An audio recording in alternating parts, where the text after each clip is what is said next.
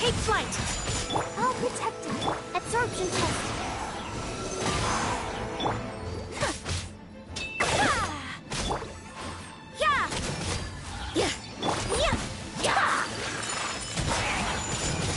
Swirl, Mark 2!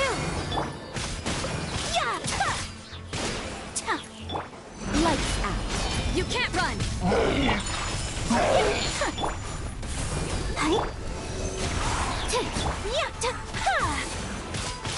Sakura Swirl! Whirling Snow! Animal hypostasis emulation! Judgment! Punishment! Come on! We can do it! Let the My apologies! Kamisato art! Sumetsu!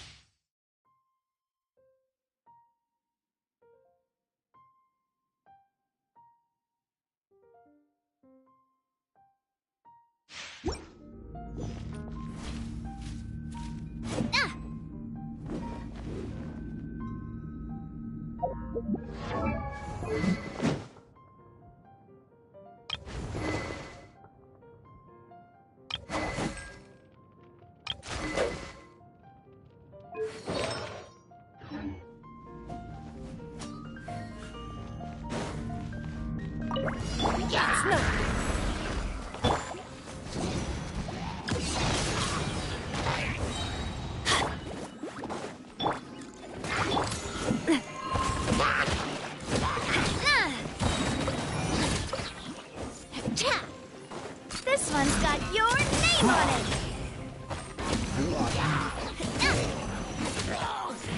Feeling lucky? Hey there! Your life is mine. Give up. Eat this! Teamwork is a proper send-off from the Spina Club. This one's got your name on it.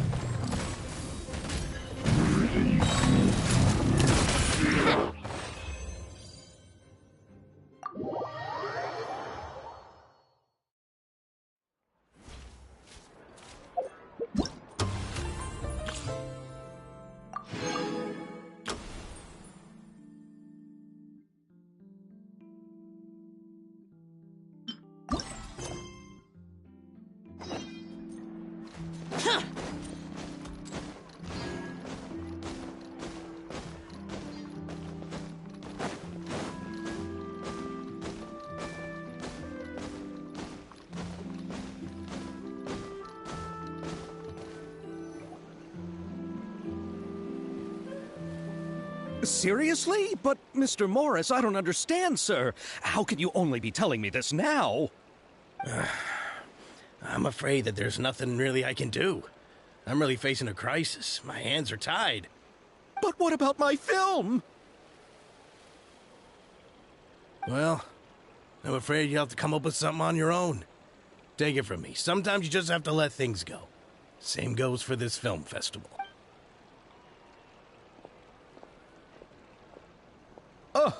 Oh. Hey, isn't that Xavier? So he's back in Fontaine now. Xavier! Oh, why, if it isn't the dear Traveler and Paimon. I really didn't expect to bump into you here at this time. Well, I was doing just fine until I received some terrible news just now. The investor I was working with for my upcoming film has fallen upon some hard times and is no longer able to provide the promised amount of funds. Can't you just find a different investor? Unfortunately, that's not how it works. We had signed an agreement specific to the Fontanalia Film Festival, stipulating that I cannot work with any other investors until the festival is finished. The Fontanalia Film Festival? Oh, is this your first time participating in Fontaine's Fontanalia Film Festival? Then allow me. The Fontanalia the holiday... But what's with that weird expression on your face? It's like you're trying really hard to remember something. Ah, I was just trying to recall the exact description from the books. Well, either way, Paimon thinks... Yes, those are to commemorate the Lock Nights. But a few years ago... The whole thing... Oh, that's... Ah, yes, the Fontanalia Film Festival is an event proposed by the Fontaine Film Association this year. Now that film technology... During this time... The what award? The Farina Award! You know, after the Hydro Archon. They coined it while Lady Farina was still in power, but even though things have changed, no one has made any motion to update the name. Perhaps everyone still thinks of it as a pretty appropriate name. Even though she isn't the Hydro Archon any longer, Lady Farina is still Fontaine's superstar. Anyone with eyes can see the way she shines. Huh. Alright, guess the name does work pretty well. Oh, but who... Chiori? Sounds familiar. Yes, that's her. I asked her to oversee the event's art direction, including the design of the actors' costumes and appearances. Oh, Paimon remembers now. Navia said that her clothes were designed by Chiori, and Kirara's outfit too. How to describe her? Well, she tends to be pretty direct and can be very forceful when it comes to dealing with people. The fashion world in Fontaine has dubbed her the Thundering Seamstress. Her remarkable... Anyway, Who are the actors from... Why don't the two of... Judging from the time...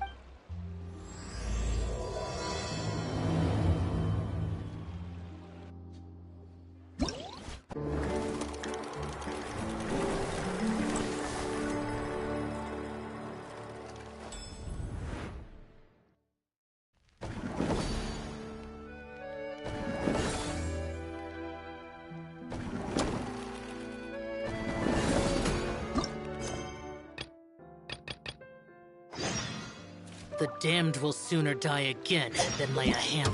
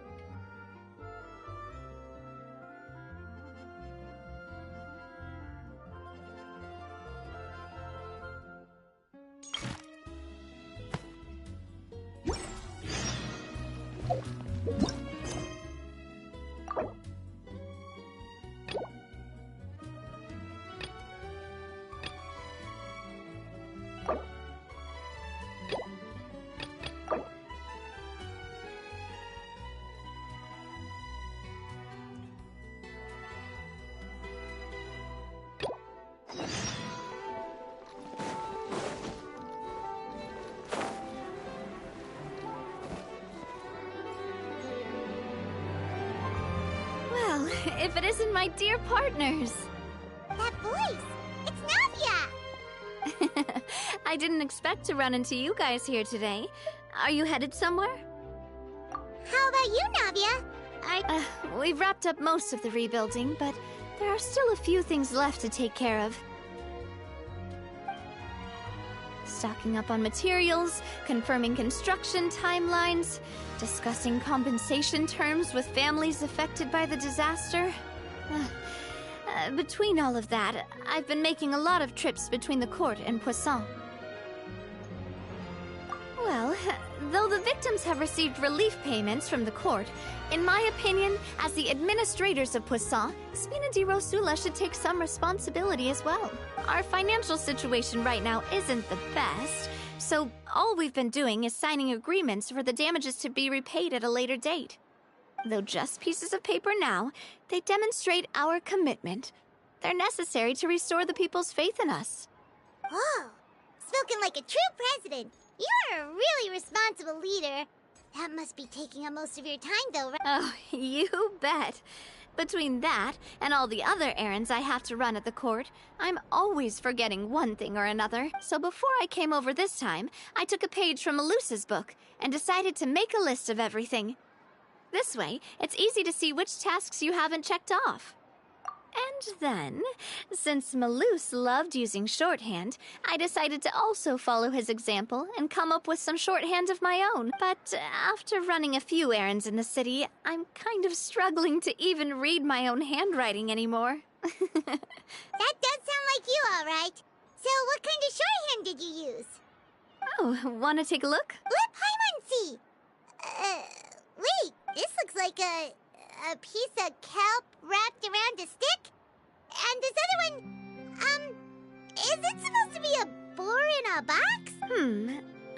The first one has to do with confirming the final payment amount for the fishermen, while the second one is a reminder to try the new burger that just hit the market.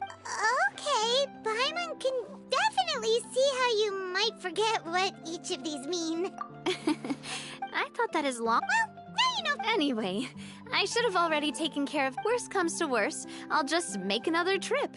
Ah, so you're going to head... Yep, that's the plan. You said you don't have any plans, it's a bit sudden. Then let's go. Oh, Oh, sorry. I meant, all right, follow me.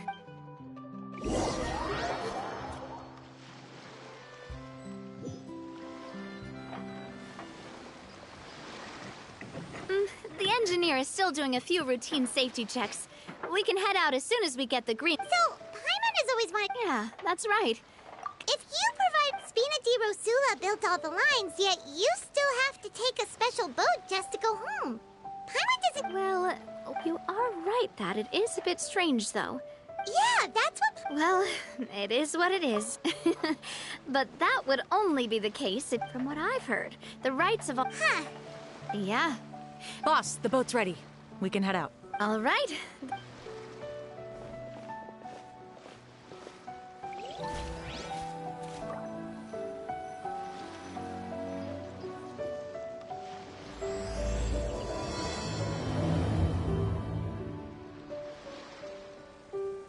It'll be a while before we get to Poisson. Navia, what was your mother like as a person? Oh, Paimon, sorry. She totally forgot that you mentioned before that she passed away during childbirth, so you probably don't remember her at all. That's all right. While my papa was stiff like a board, my father would... Sounds like they were not... Yeah, but sometimes Silver once said that a name... So, over the past few weeks, I've also begun to appreciate how water can take in, and I've lost many. The fact won't change that they existed in my life always. But besides...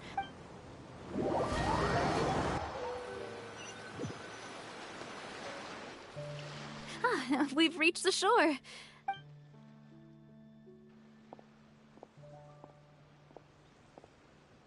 Navia, do you think she's doing all right?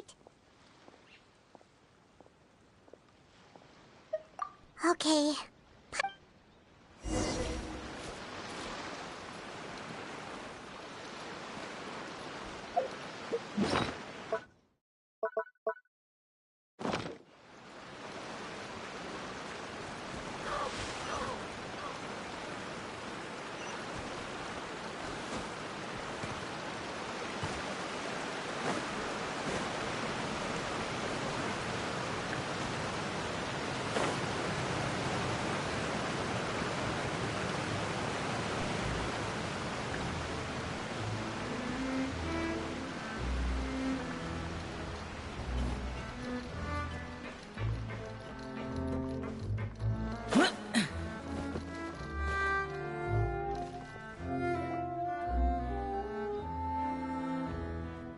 Boss, you're back! Traveler and Paimon, welcome back to Poisson. Oh, hey! Fancy seeing you again, Florent. Is it your turn to take care of Navia now? Hey, I can totally take care of myself. For the time being, I'll go around without any attendance. We did hand over some of Malus's old responsibilities to Florent, though. It's been really nice to have him around to help out. Thank you for the compliment, boss. As you see, I've been working Mr. Malus was an extremely capable and respected member of the Spina. I've got some really big shoes to fill. All right. Were you waiting here for me? Yeah, we contacted us. You're commissioning a statue? So basically, we've been meaning to commission a statue of my parents in commemoration of everything they've done for the Spina and the town of Poisson. But since my father was known as Callus the Unfaithful for the longest time, it would have been too controversial to commission us. But now that his name has been cleared, and the town is also being rebuilt, I thought this would be the perfect chance to actually realize this dream. The funds to build the statue were freely donated by the people of Poisson to show their appreciation for Miss Clementine and Mr. Callus and everything they did. Me? I'm just the newbie president that's running around and causing everyone trouble. Maybe we can have this conversation again in a few decades, once I've done more for the town and the people. Hey, there's no need to be so humble. Didn't you just help save the entire country? I agree wholeheartedly. I also believe that Boss should have a place on the statue. Hey, if you keep inflating my ego like this, I might just float off into the sky. Just kidding. There's no way that I'd accept that kind of Thanks for the vote of confidence. I just don't think I'm ready yet. Anyway, Florent, now it's up to us to confirm the final design, right? Mm-hmm. We can ask the sculptor to start looking for a good block once we've decided on the poses for Miss Clementine and Mr. Callus. But we haven't had any real discussions yet on the possible designs. I feel like I should get a few promising designs first, and then send them over to you to review. There's no need for all that. Let's decide on a design right now. Hey, you! Come over here with me.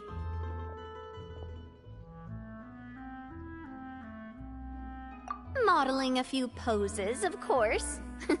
Here. Didn't you say on the boat that Callus and Clementine sounded like great partners? Well, then there's no one better to fill this role than my most valued Florent. Let's grab some reference shots. You've got it, boss. Well, what do you think? Got any ideas?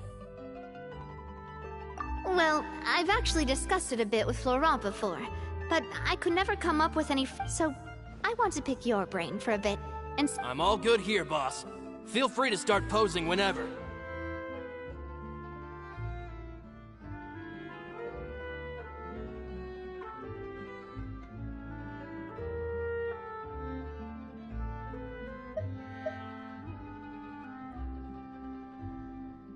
A happy pose? You mean something like we were laughing together at a funny joke?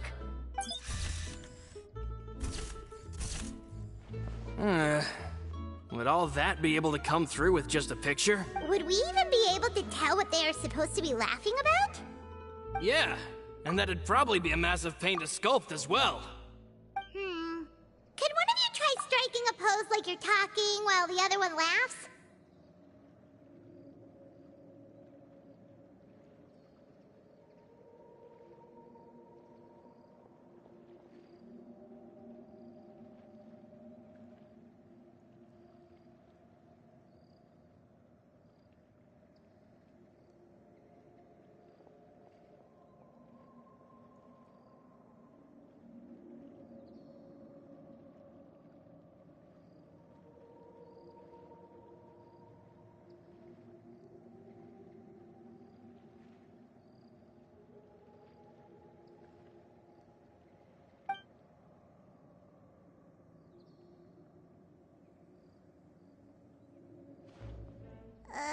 That actually sounds pretty hard to pull off. Forget it, let's try something else. Imposing, huh? Oh, I've got it. Let's try this. This pose! It makes me recall Sfina di Rasula's glorious golden age. pose a bit too bold and heroic? Was she really that kind of person? If we were to stick with this pose, maybe people would wonder if she was actually the real boss behind the scenes. Well, tabloids did indeed speculate as... Oh, Paimon was just kidding! Please don't make Paimon disappear. What Florent meant was that we asked the journalist to choose a new alias. You're right, though, that this may not accurately represent the image of her in our hearts. Let's try to come up with something else. Ah, by that, do you mean as if we were standing on a boat and looking out at the sea? Sure, let's give that a try. Whoa, you really remind Paimon of a captain and their first mate! Look over there, my dear Clementine, as... But there's something off with the composition. This pose makes Mr. Callus look too tall next to the lady. Oh, I see what you mean. Then let's swap. Well, Paimon is a fan. A statue like this would look fantastic. Wait, but we can't do that.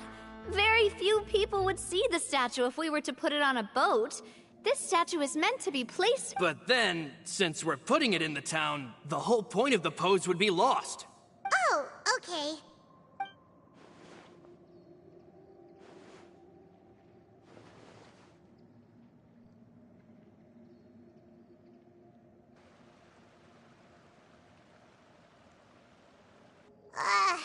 We tried a bunch of different ideas, but none of them felt right.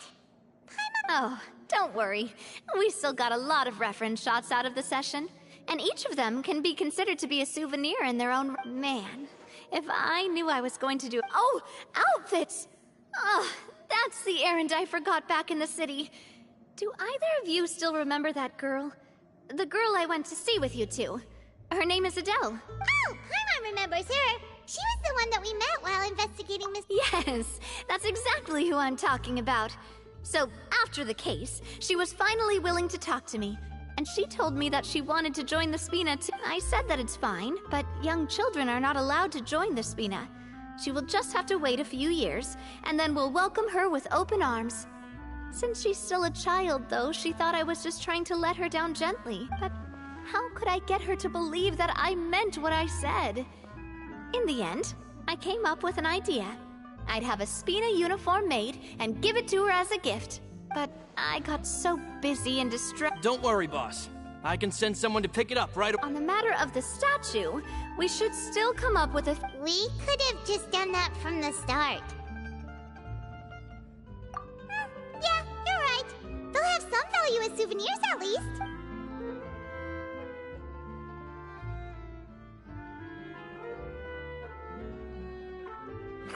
Navia! Florent, guess who's back? Huh? Oh, well, if it isn't Coulter. Back already from the Fortress of Meripede? That's right. I finally finished serving my time. Gotta say, turns out I was a lot tougher than I thought. After I got out, I immediately made a beeline back to Poisson. You could say that familiar, briny smell became a primal call, urging me to forget everything else and just come back home. You wouldn't believe how much I've missed Melissa's grilled fish. I dreamed about it every time I had to get a welfare meal down there underneath the sea. It's good to have you back, Coulter. You look as well... And this... Let me introduce you. This is Coulter, another of Spina di Rosula's members. He was found guilty and sentenced to the Fortress of Meripede, but, looking at it now, it was probably another one of Marcel's plots while he worked at the Confrérie of Cabrières. Wait, Mr. Marcel? What do you mean? He was involved in some sort of plot? Have you not heard anything at all about the water from the primordial sea case? Well, I know that Fontaine got flooded, but then the water levels miraculously receded. I thought that was all there was to it and didn't care to ask for any more details. Do you mean Mr. Marcel was somehow involved? Oh, looks like we'll have to explain everything from the top. That case, a lot of things have happened in Poisson since then. First things first, let me introduce you to these two. They're my most trusted partners, and they've been with me through thick and thin. Now you can... Oh, nice to meet you. I don't recall Navia ever generously complimenting anyone like that before. So you must be pretty amazing. Yeah, we are indeed pretty amazing. Humble again as always, I see. Even when I was totally sincere with my praise. Nice, nice. Spina di Rosula always seems to attract great people. Oh, that reminds me. Where are Malus and Silver? Aren't they always by— About that. Coulter, a lot of things happened while you were gone. As you can see, even Poisson isn't quite the same as how it was. They lost their lives, keeping me safe during the flood. What did you say? This isn't some kind of morbid welcome home prank, right? You're just scaring me on purpose because I don't know anything about what's happened. I'm sorry, but it's the truth. They weren't the only people we lost either. Many others, including Melissa, also lost their lives in the disaster. Malus and Melissa, dead. They're just gone? Malus. I was planning to give him a surprise gift once I ran into him again in town. Hey! Keep it together! Malus and Coulter were friends for many years, and even served on many missions together during the early days of the Spina. I can understand. Let's sit down somewhere, so I can tell you everything that has happened while you were gone. Fair warning. Okay.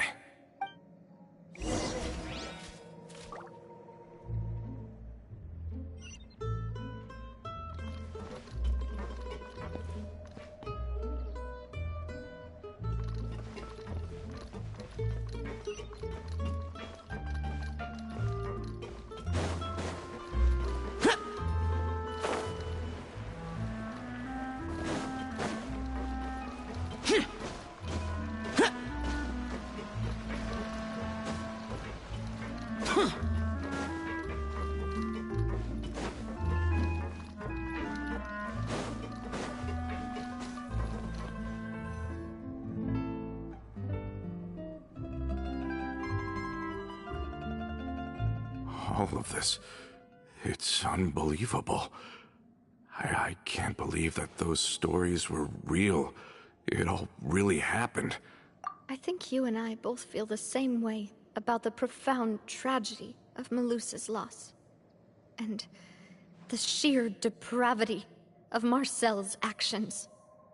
I thought Mr. Marcel would always stand by the Spina. Everything he had, the Spina gave. It's unconscionable to have received all that, and yet still plot to kidnap and dissolve you for his insane research. The good news is that the Confrérie of Cabriere is no more. Gone with them too is the entire synth manufacturing and distribution network. We finally closed the curtain on that long struggle. Are you sure? But if Marcel wanted to rebel against us, he probably sent word in secret to Romeu. Romu? Huh. Not a name I've heard before either. Florent should remember him. You see, there was once a major internal dispute regarding funding the construction of the Aquabus lines. Romeu was the leader of the faction that thought such a vast sum of mora would be better spent improving the town of Poisson. But Mr. Callis believed that an opportunity to collaborate with the Court of Fontaine and the Fontaine Research Institute was hard to come by, and would allow us to build many valuable relationships. Not only would the Aquabus be a good business investment, it would also boost our reputation among the general populace, eventually paying us massive dividends down the line.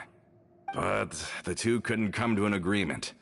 Romeu ended up taking a lot of people with him when he left Spina di Rosula altogether, and the split was on extremely bad terms.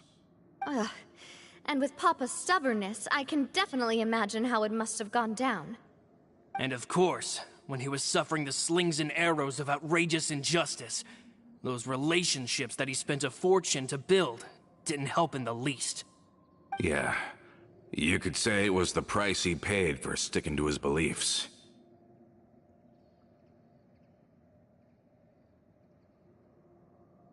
Oh, that's a good point. If Callis was really as stubborn as you say, then wouldn't he have argued with the rank and file all the time? Oh yeah, It eventually became a thing that just happened on every day that ended with Y.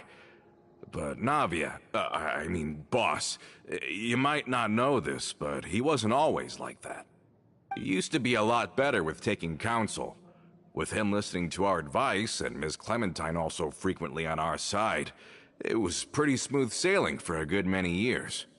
But on the matter of the Aquabus, even Ms. Clementine completely stood by Mr. Callus's side. Huh.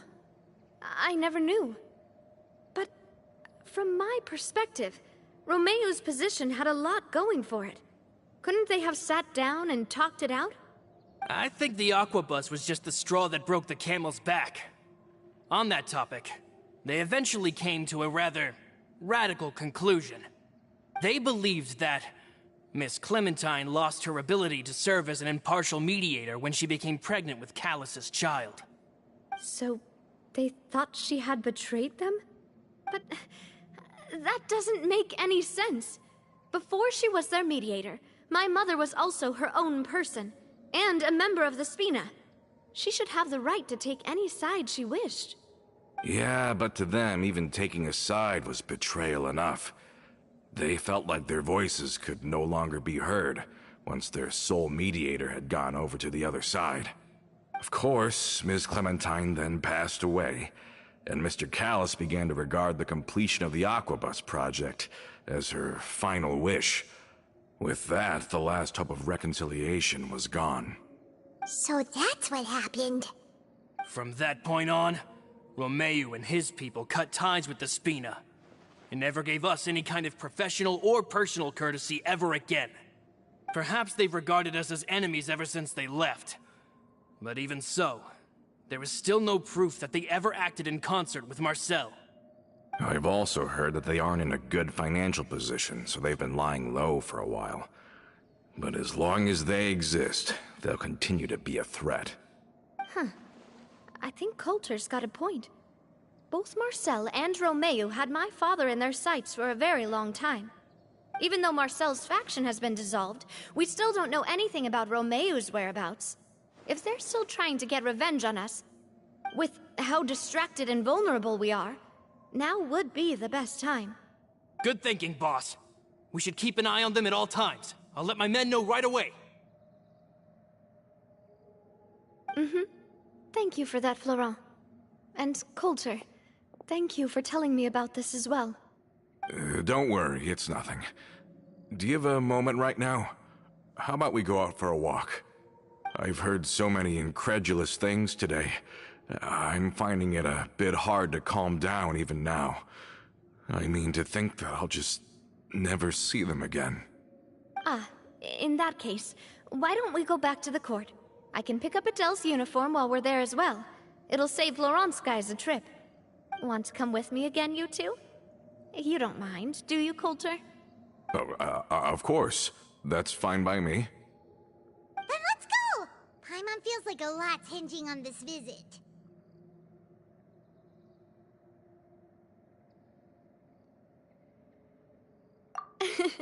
We really are the best of partners.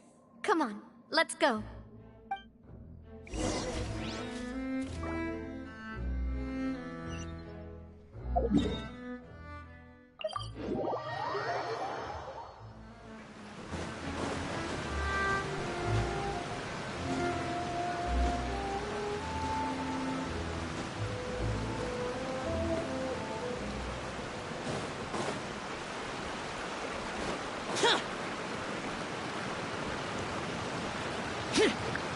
Are we not taking the boat this time?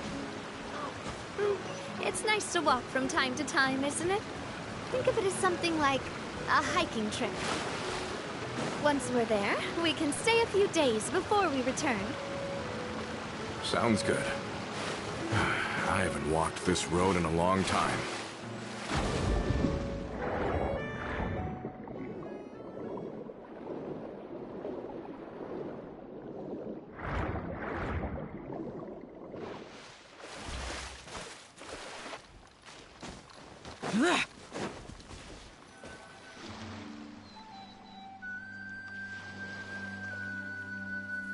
Well, we've walked far enough for now.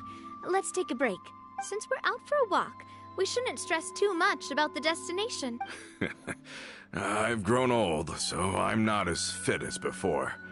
It's a good thing that at least my work down in the fortress was quite the workout. Well, Paimon thinks you're doing great. We didn't have to slow down for you at all. Back in the days before the aquabus lines were built, we often had to hike north with our goods, then catch a boat to the court. Malus and I must have traveled this way hundreds of times. When we were tired, we would lay down for a while on the grass, and when we were hungry, we'd catch a fish or two. The spina was still on the rise back then. Mr. Callus was generous, and everyone had the chance to strike it rich. So, of course, we all worked really hard. And now, in the blink of an eye, the aquabus lines have been built, and this road has fallen into disuse. Oh, I know. I was just being a little nostalgic. Then let's stay here a bit longer.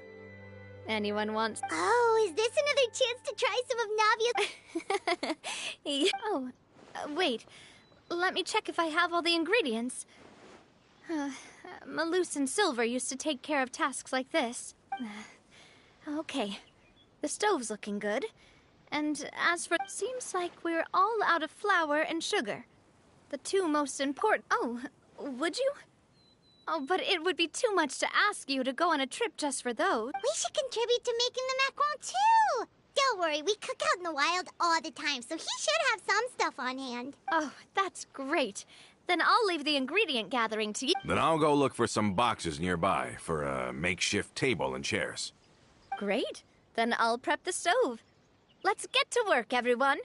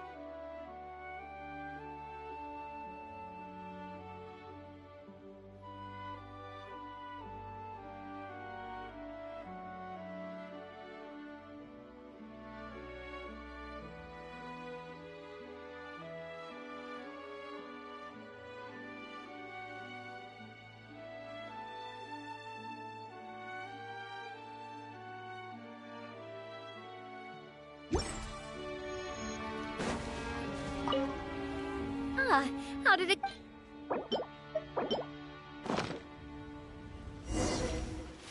You've all done your part. Just leave the rest. Whoa, these macarons look and taste magnificent! You're cooking. Boss's baking skills have always been famous. Everyone in the Spina knows how exceptionally talented she is. Oh, it's just a hobby. There's no need to praise me for it like that. Have you two seriously never considered joining us?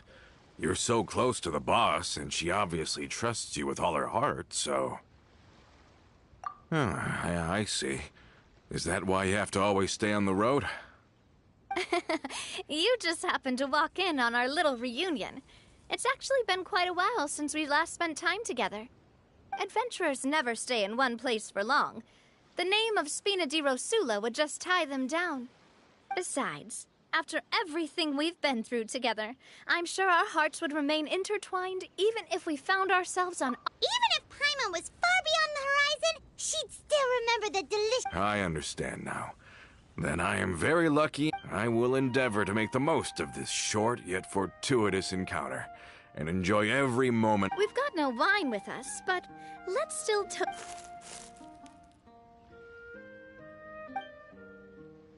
Cheers! Hey, what are you doing? May your travels go smoothly. May the... All set? Let's move out then. I asked some old acquaintances in town to make Adele's uniform, so we should be able to pick it up right away.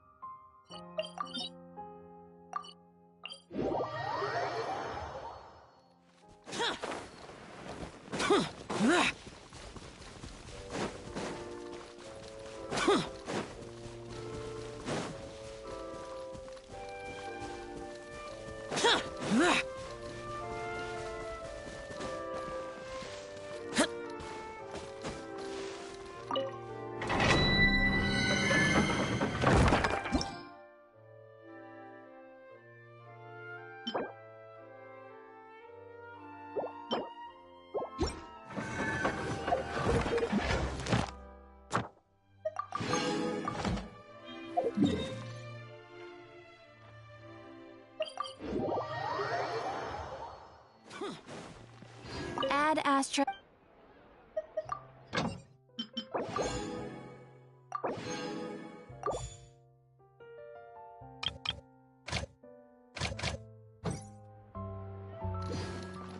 Ad Astra Abyssa. Thank you for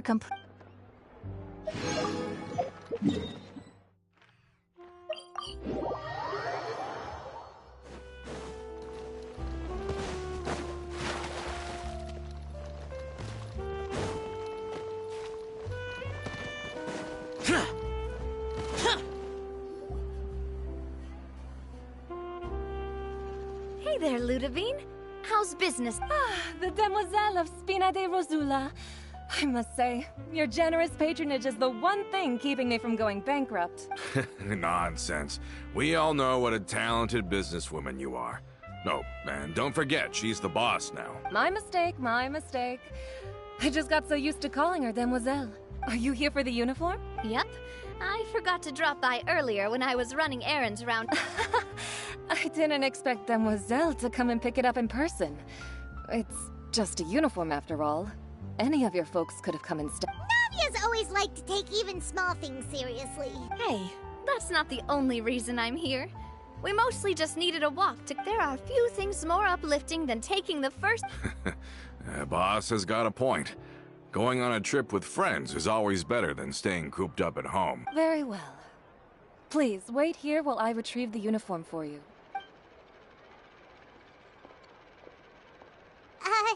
Can someone remind Paimon again why Adele wants to join the Spina? She hasn't given me any concrete reasons. All she says is that she really looks up to me. After we cleared her father's name, she became a lot more cheerful and outgoing. It's probably because she now knows for sure that her father was never a... She said she used to be terrified of Papa. But the Spina is very different now. Yeah, you could say that. She said that she wanted to become someone. From the sound of it, she'll... I think so too. But for now, let's focus on giving her a great atmosphere to grow and thrive. She can commit to us once she's older, and can really make that Is something up, Traveler? Huh? Tailing? Oh, Paimon's coming. I'll go check it out too. Coulter, please hold on to this for me. all right. Paimon saw them too! They headed up! Stop right there!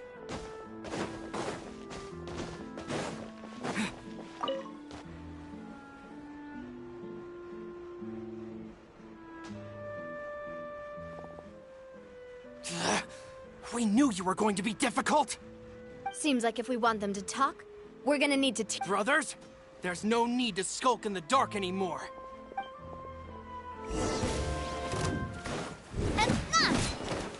Hey! Tidal wave. Let's light it up! This might hurt a little. Now, talk. Who are you? And what? Don't think we'll let you off easy if you keep silent.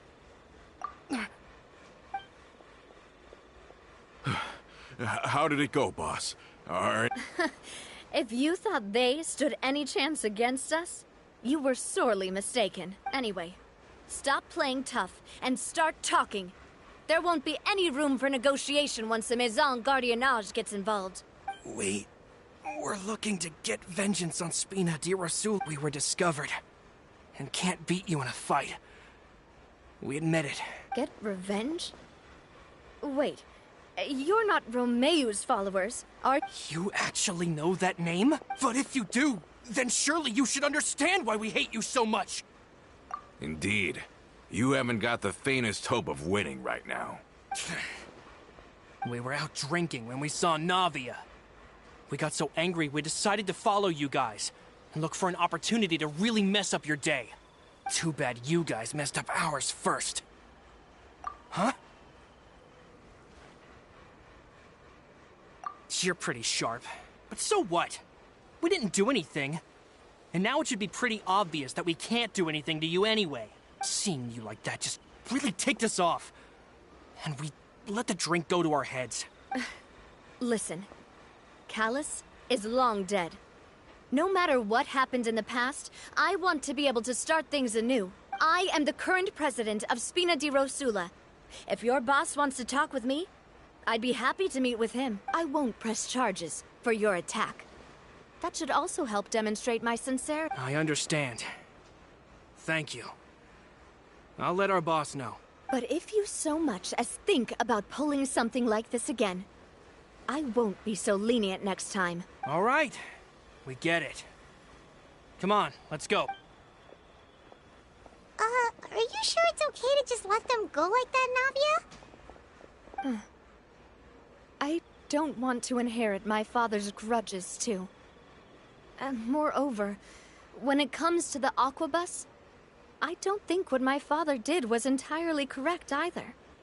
If the other side is willing to talk, I'm happy to open the door for a reconciliation. Opportunities for new beginnings are all around us.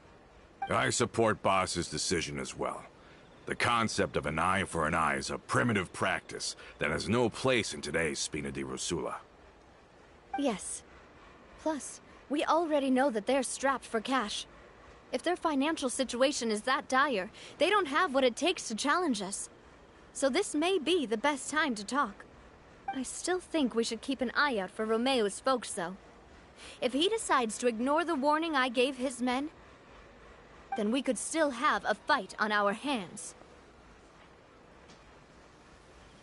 Yeah, those guys definitely didn't look like big fans of yours. I'd rather things not go that far, since, though we haven't talked to each other for years, once upon a time we were all a part of the Spina di Rosula family. Yep, that's how I feel as well. Anyway, now that we've sent them packing, we don't have to worry about those guys anymore. It's getting late already, so why don't we stay the night in the Fleuve Cendre?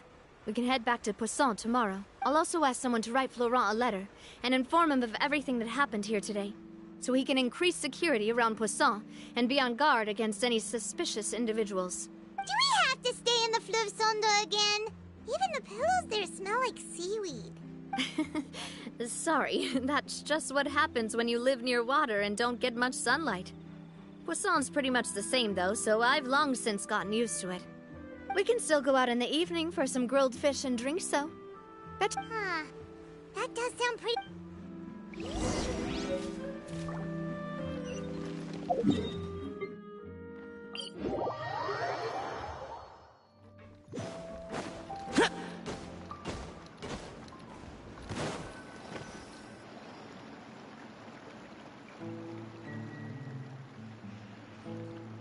Coming back here really does feel like this place is starting to grow on Paimon. If you think about it, it would be kind of weird if the Spina's base at the court was some super luxurious building like the Palais Mermonia. totally. Right on the money, Although, of course, with the continued growth of the Spina, Papa wanted Poisson to eventually grow into a metropolis, not unlike the court. He was a very ambitious man, who rarely looked behind or beneath him. For better or worse, that always made him stand out from the crowd.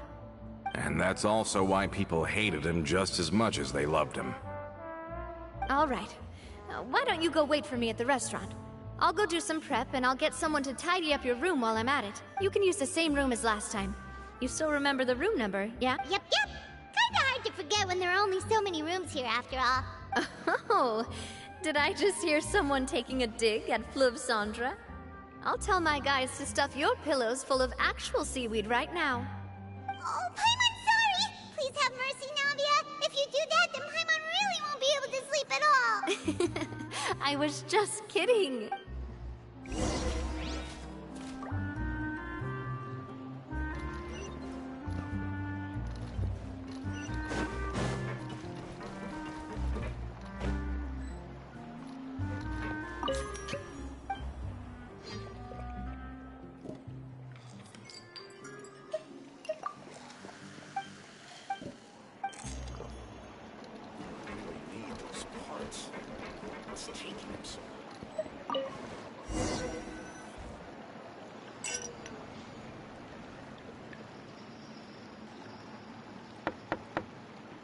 Hello? Are you asleep yet? Oh, no, not at all. I just figured that since we don't get to enjoy nights like these very often, we should try to enjoy it to the full. Wanna go fishing? Oh, so that's the prep you were talking about. Sure, we'll come. Hopefully I didn't wake you or anything. Don't worry. You don't have to do any actual fishing if you're too tired. Just think of it as keeping me company. Okay, let's go.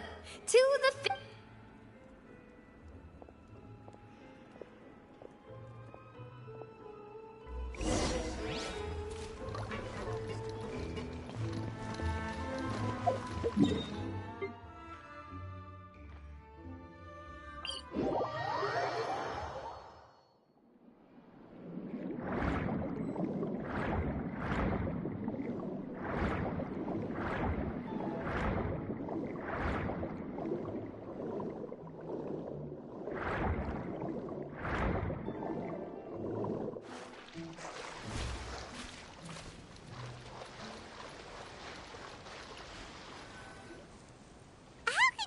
fishing when you're using a fully automatic rod?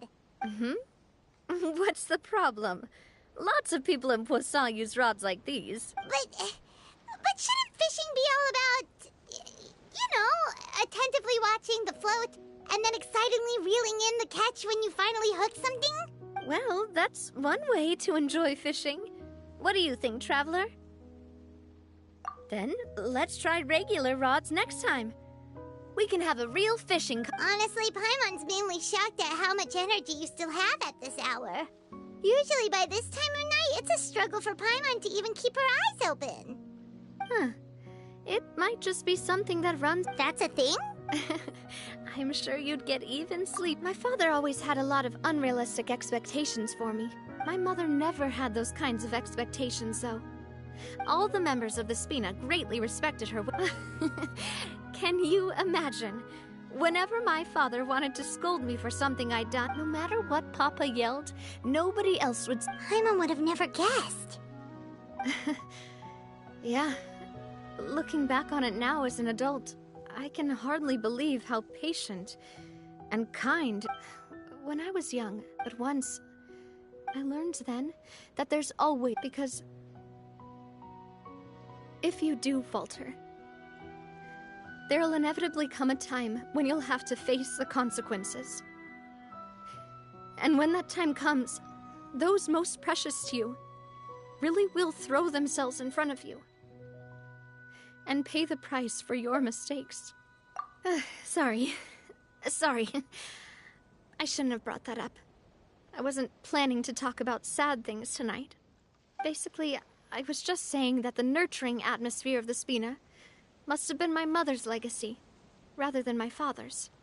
And if that's the only way that I can continue to feel her love, then I'd like to pass that warmth on. Is that why you let those guys go today? Mm-hmm. Although, maybe there's a part of not wanting to repeat the mistakes of the past. Hey, look! I think you've got something on the line! But why isn't the rod on him? Oh, there must be something wrong with... We can't let it get away. Come on, you two. Let's catch it.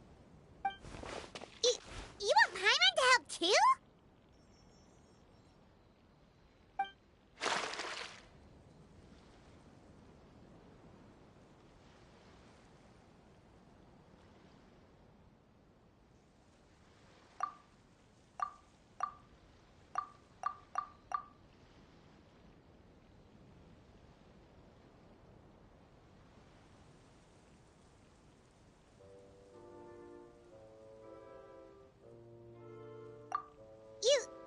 You didn't attach a hook to your line?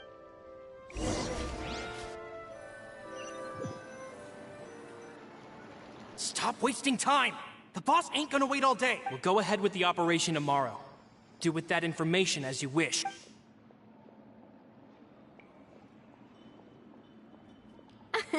Well, your rod was missing a part too, so I get... Well, if we're just talking about the number of missing parts, sure. All right, go to bed. I had a great time today. Mm-hmm.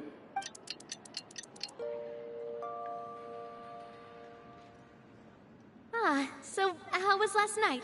Did you... Paimon dreamt that she danced with the sea stars! So you... Huh.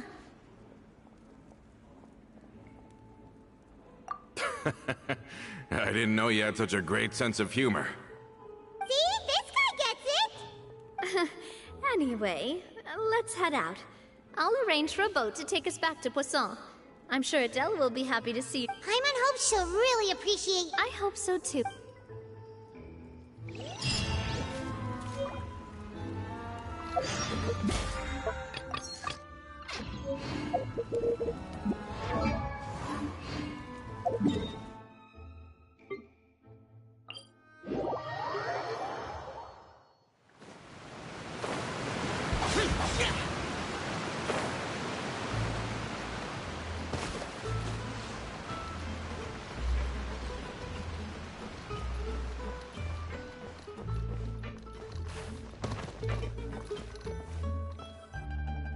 Adele, we're back! We brought you a gift from the court, too. Whoa! Thank you so much! Don't call her boss, okay, Adele? Just Miss Navia. Oh, it's all right. I don't mind. Besides the gift, I've also got an... It's been a while! Oh, it's you two. It has been a while indeed. Thank you so much for your help on Jacques' case. I've heard that you also helped save all of Fontaine. You're truly just like the great... You're really amazing! And if Miss Navia's your friend, then she must be super amazing too! What's in this thing? Of course. Oh, it's a Spina di Rosula uniform! Well, it's a gift for future you. When you first told me that you were interested in... But it's the Spina's responsibility to protect everyone as well. Being a member means becoming involved in all kinds of dangerous situations. And since you're still young, I don't want your mom to have to work, so I turned you down then by telling you that you'll have to wait until you're older. But this uniform is a promise that you can join us once you're old enough to wear it. Oh, so that's it. Well, thank you so much, Miss Navia. I'll work hard and grow up as fast as I can. But you can't really grow up faster by working hard. You've got to be patient. Everyone, I'm really grateful that you remembered my daughter's wish and took it seriously. Thanks to the protection of the Spina, even though her father's no longer with us, we've still felt plenty of warmth and security. Oh, it's the least we could do. As long as you live in Poisson, even if you're not an official member, you're still part of the family. Boss! Huh? Is something up, Florent? I've got something urgent to report. Romeu and his folks have gathered outside Poisson and even shipped in a huge pile of explosives. What? Explosives? What do they want? It seems like they've been planning this for some time. We started investigating as soon as we received your letter yesterday. But Romeu and his folks must have gotten wind as well, because they abandoned their former posts before we could even check on them. We investigated their tracks and found out that they're after Poisson. They have smartened up since we caught them red-handed at the court? Seems like they've got no interest in sitting down and talking at all. We should have gone straight to the Maison Gardiennage. Sorry, I underestimated the situation. Well, too late now, I suppose. Florent, where are they keeping their explosives? On the hill to the east of Poisson, near the Clementine line. They want to blow up the Clementine line? Certainly sounds like it. Romeu and his followers hate the Spina and everything to do with Callus. And the Aquabus was the source of their contention. If they manage to blow up the Aquabus line, all that rubble will come crashing down the hill and straight into Poisson. Are they insane? There's tons of innocent people in Poisson! Yeah. If they've been planning this for ages, they're definitely not going to let this opportunity slip by. We have to issue an evacuation order to the townspeople and get them as far away from the entrance as possible. That should save them from the worst of it. Let's get everyone onto our ship. That should be the safest place. My dear partner, can I leave the Clementine line to you? If the explosives do go off, not only would the people of Poisson be in danger, any aquabuses using the line would plummet to the ground. Let's stop their insanity first, then settle the score with them. Leave it to us, Navia.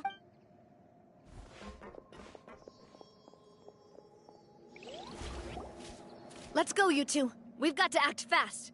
Miss Coralie, please take Adele to the ship.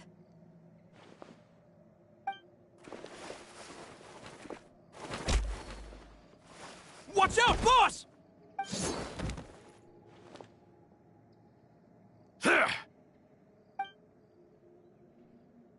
What do you think you're doing, Coulter?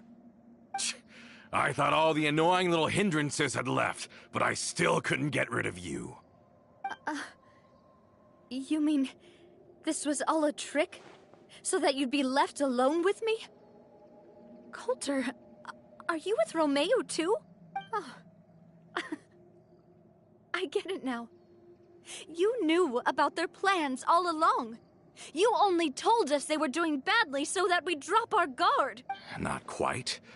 Though I share their positions on some issues, I've never cared for his more radical idea. And that's because, out of the entire Spina di Rosula, I only hate you. Only you, Navia. You better stick close to me. Romeu promised me that he would leave Poisson alone if I could just take you out. But it was like you were glued at the hip to that pesky traveler. You never gave me a chance to make my move. Romeu has lost his patience. I didn't have to be here today, you know. But I swore that I'd kill you, even if it meant being buried with you in the rubble. Why? Only someone as clueless about the past as you would ask such a foolish question. You never saw the heyday of Spina di Rosula, nor did you ever live through the golden age of Poisson. But I I saw it all with my own eyes, and then I had to watch it all die. And it was all because of you, Navia. Clementine died because of you.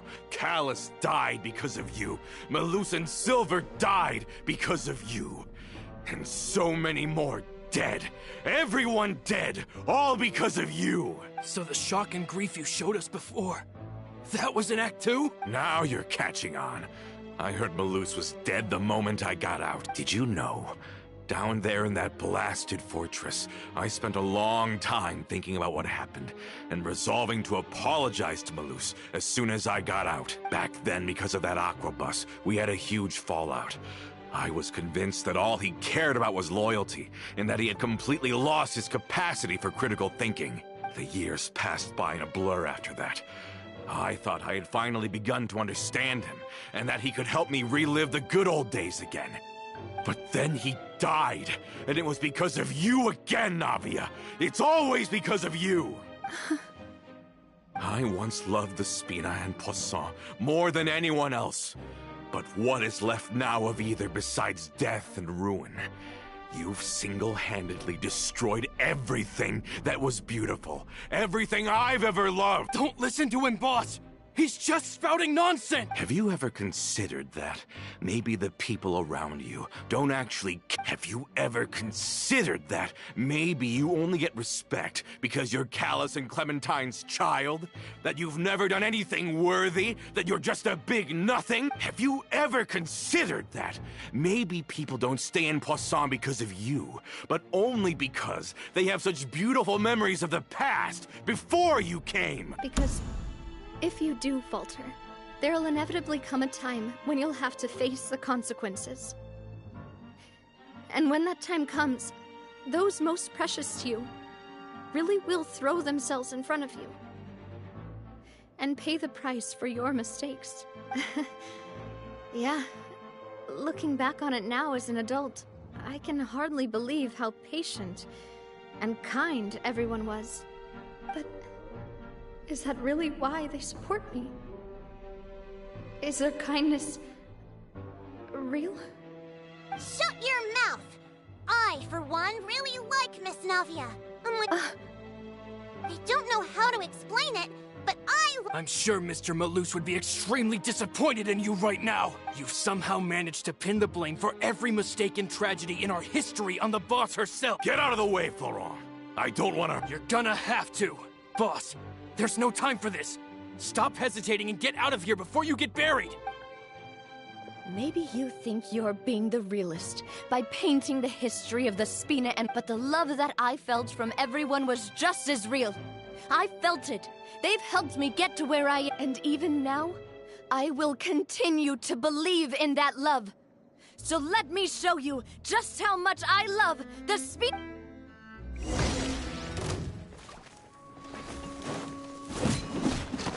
Umbrella warfare, I guess.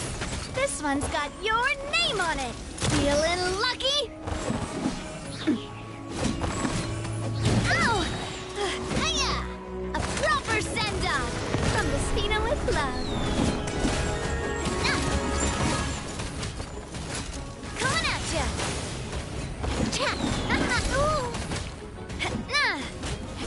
Hiya! This one's got your name on it.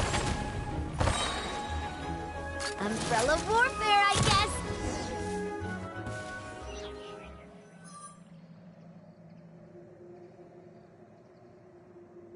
guess. Laurent, I'll leave the town to you. Summon the other members and help with the evacuation of the townspeople. If you find any of Coulter's accomplices, subdue them quickly. And don't give them the chance to harm any ordinary... I can't allow my partner to face the danger on the Clementine line. Got it, boss. I'm on it. Are you okay, Navia? I don't know, but I have to go.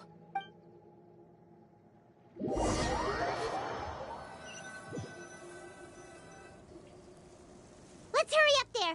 We have to protect the If they're gonna blow up the waterway, they must have planted the explosives next to the support pillars.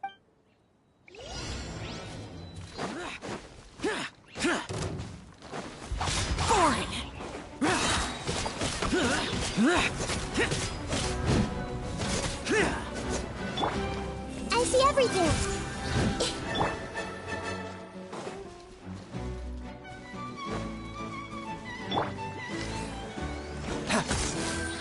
no time.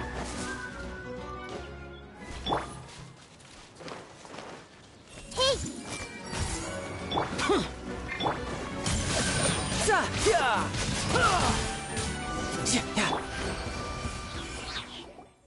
These must be the explosives, right? And this is the control mechanism. How can we disable it? Oh, Paimon's too scared to touch any of this stuff. Huh?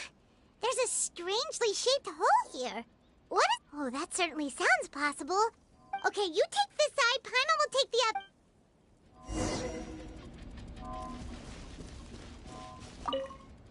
Let me turn this guy over. Ugh, he's super heavy. He could probably...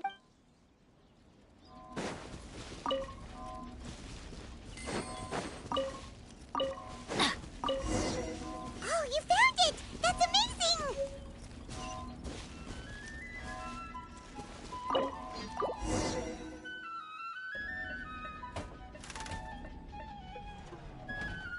That should do it, right? Navi and Florent should be able to relax now. Oh, you're right.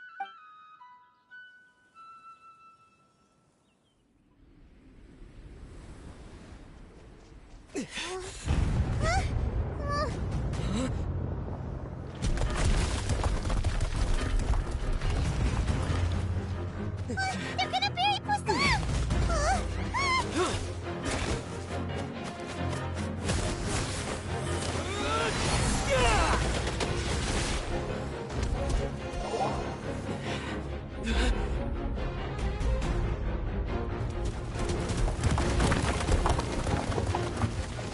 Great work, partner. Just leave the rest to me.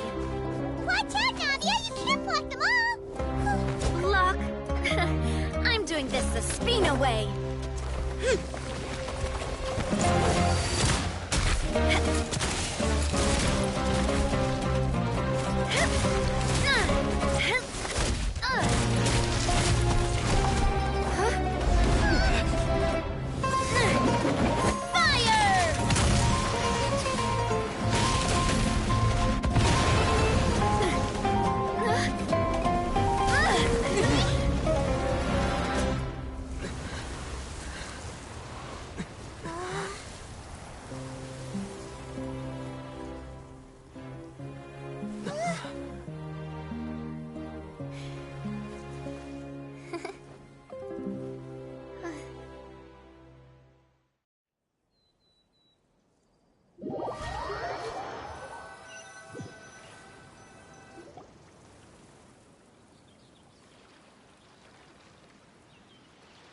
I heard from Thierry that even they're your enemies now. They were once a part of Spina di Rosula. I have nothing more to say to them, regardless of whether their hatred and anger towards me or the Spina was justified. Anyone who's willing to endanger innocent civilians is no longer sane enough to even be worth trying to talk to. Please, prosecute them in accordance to the law. Spina di Rosula will not raise any objections. Sounds good. We're very appreciative of your help. Without it, the consequences would have been far worse. All right, this operation is a wrap. Take him away. We won, Navia! We saved everyone! Yeah. Luckily, we were just in time. It's probably because I expended too much elemental energy at once. I'll be fine. Don't worry. But you usually glow up whenever other people compliment you. Paimon's not used to seeing you like this. Boss, we managed to catch all the infiltrators in the town. The Maison Gardiennage is taking them away as well. Seems like Romeu really went all in on this mission. If he sent literally everyone he had, though, that also means we've caught them all, too. We won't have to worry about them from now on. Got it. That's good.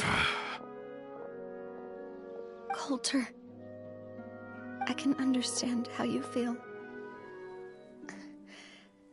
The things that we lost, they're forever beyond our grasp now. And that makes them appear even more precious. I am not callous, and I will also never become him. The Spina and the Poisson that you loved are both gone.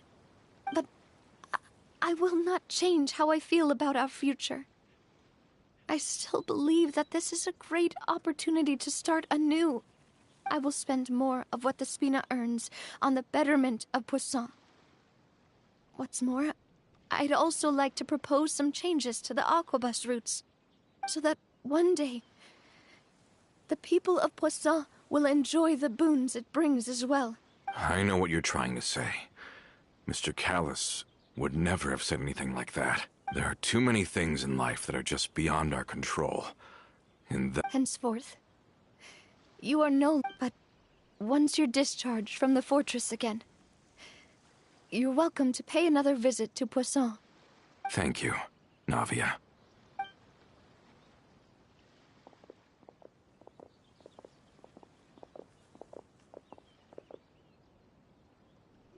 As I thought. Boss really is a kind and gentle person. She is also, I must say, a truly... Thank you for protecting the Clementine line. I was actually really scared, you know. I mean, even the Callus line won't be getting rebuilt anytime soon. If I'd lost the Clementine line too, I wouldn't know how to live with myself. A name is a way to etch a memory onto the world. Losing the line that bears her name, that I can see every day, would be like losing my mother all up. Seeing it still standing there, tall and proud, it makes me really happy. What happened while we were gone? Honestly, you look more upset than tired or anything. Just give her some time. Thank you so much. Can you give me a hand? I really don't have much strength. Traveler, I want to ask you something. Do you really see me as your partner? Of course. That's good then. Hearing that, it brings me more relief than I can say.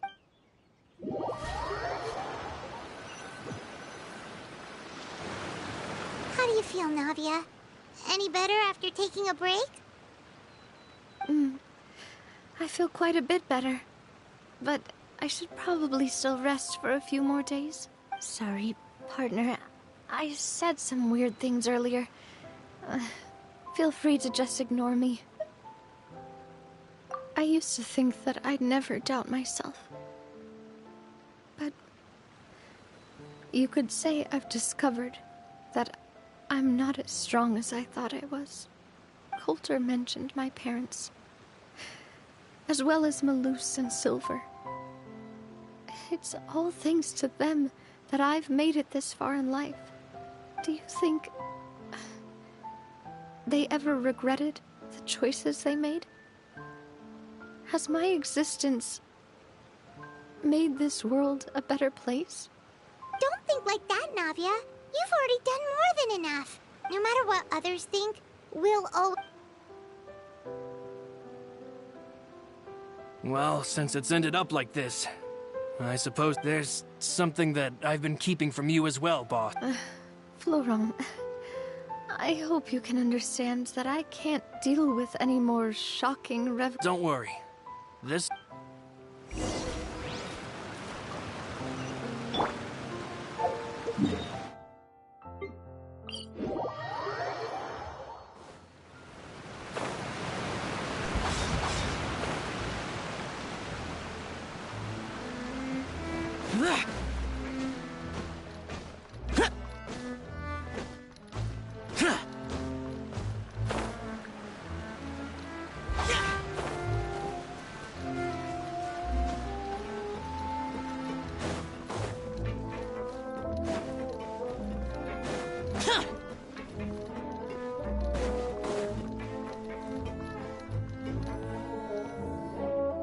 Why is everyone gathered here?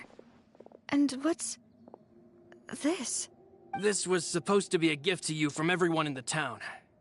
We were originally planning to show it to you once it was finished, but special times call for special measures. I've never seen you look so defeated before, so I've decided to show you the designs before the final product was done. Well, if you're ready, I'll unveil the present.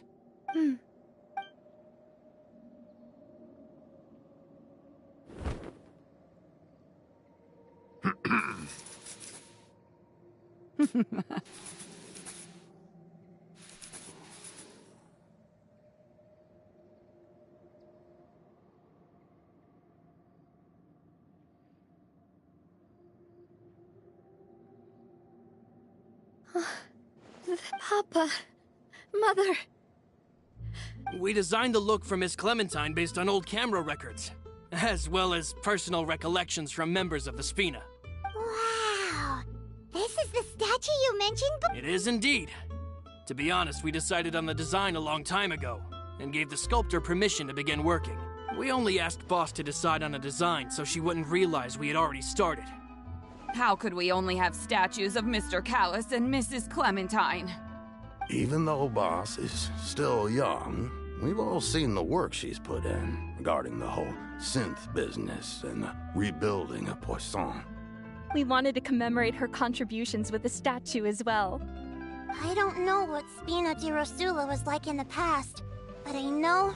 With Navia around, we're not worried about this place's future. We are gathered here today to tell all that we support you and believe in you wholeheartedly. I believe everyone is here for you, not the glory days. That's what we believe as well! Thank you so much, everyone.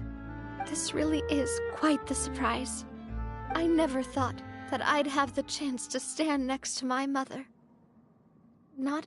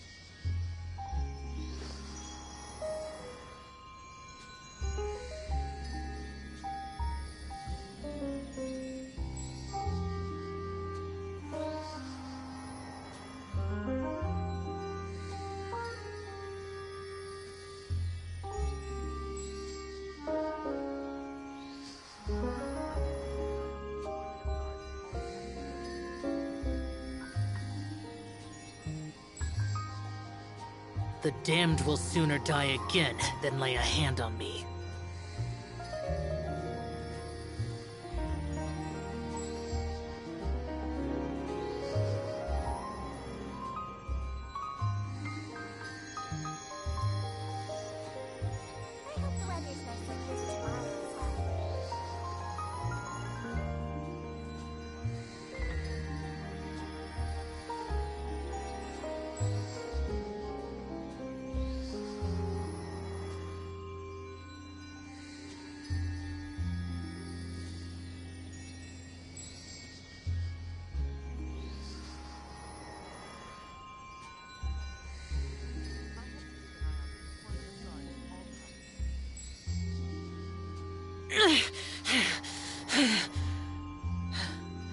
Those memories.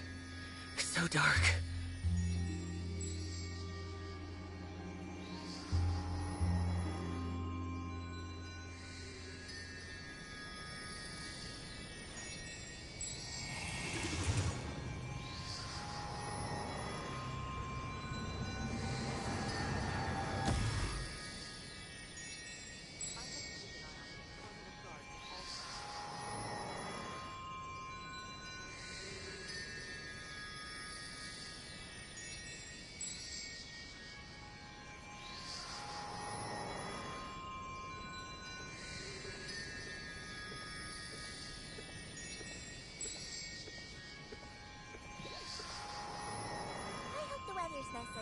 Reduced to just standing around. How absurd.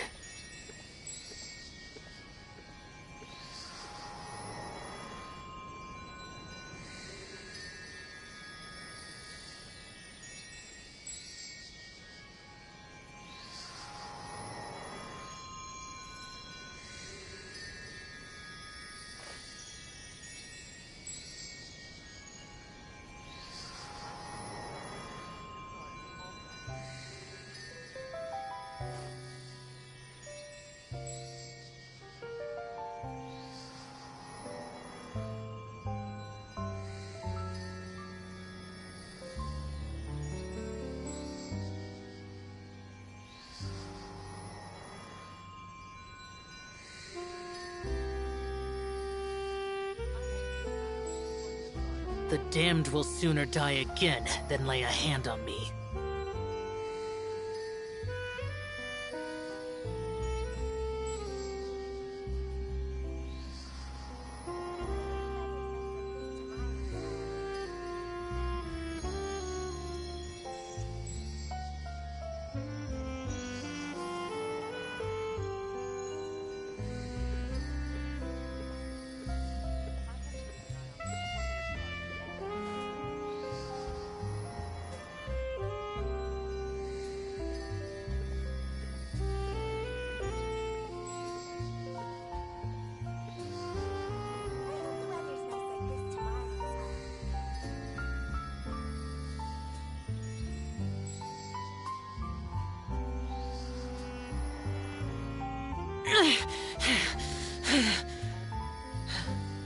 Those memories. So dark.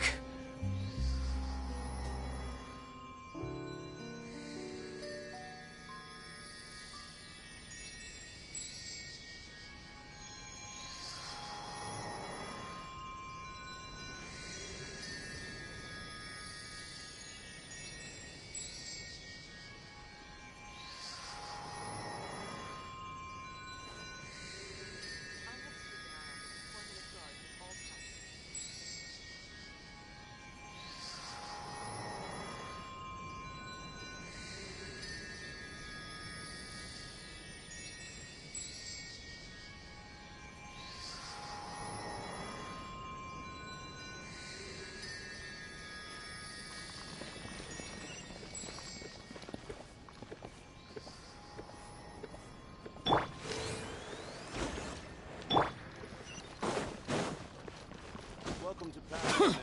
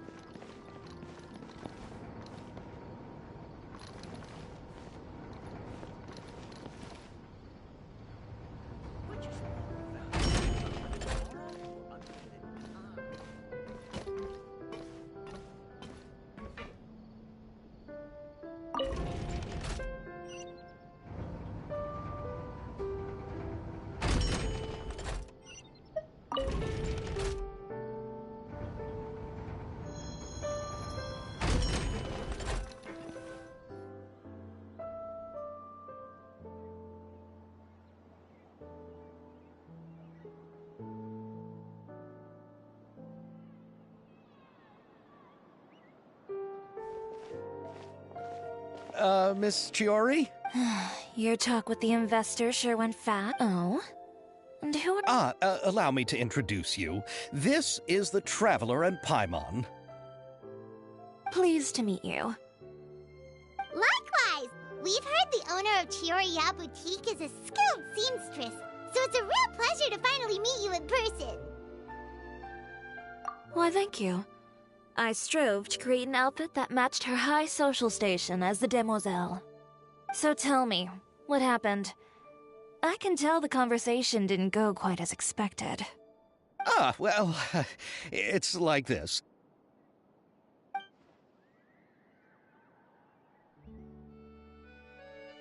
Ugh. I know, Chiori, you don't have to say it. Yes, there's no doubt about that. But how could I pass it up? He offered me twice as much as the others. And therein lies the problem. Yes, but just put yourself in my shoes.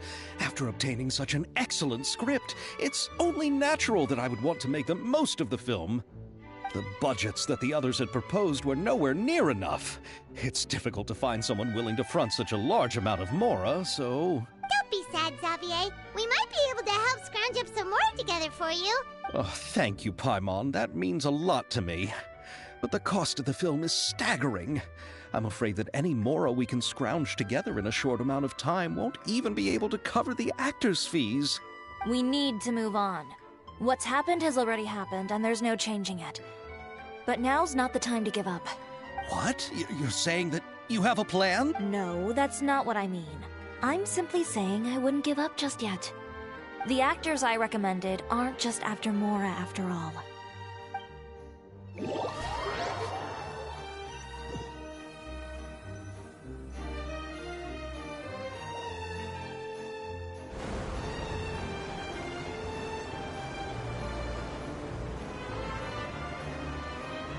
Really?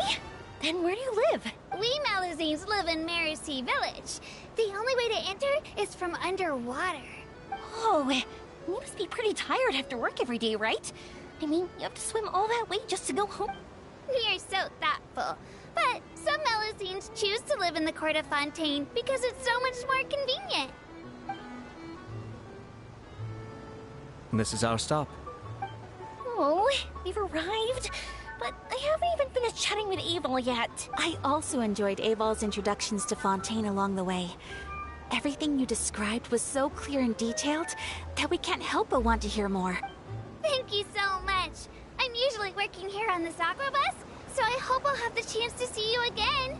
There are still many more places I'd like to introduce to you.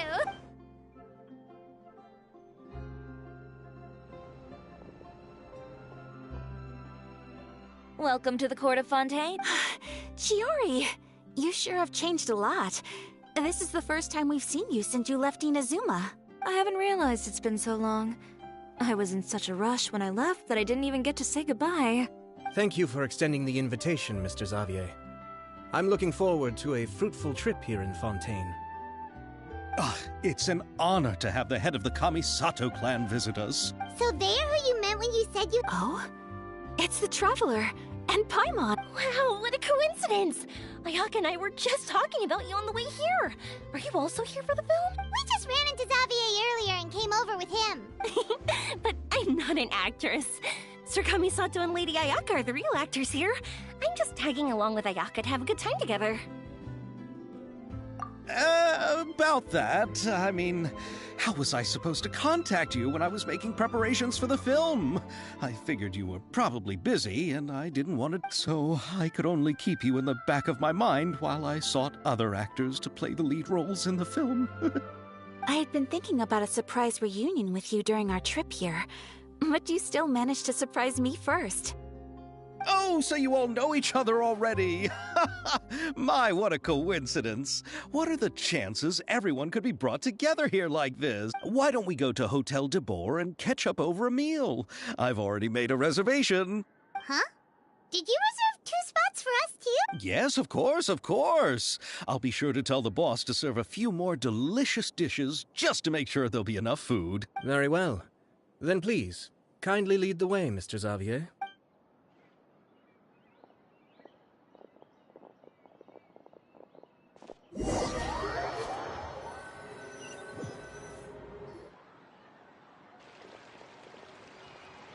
Wow, the buildings in Fontaine are so tall.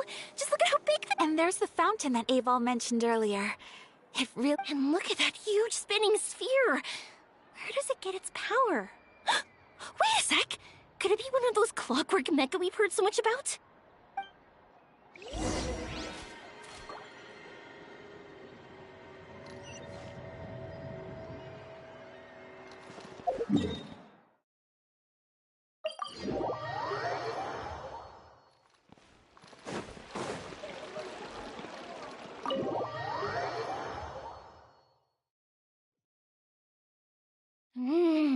So this is what food from Fontaine is like.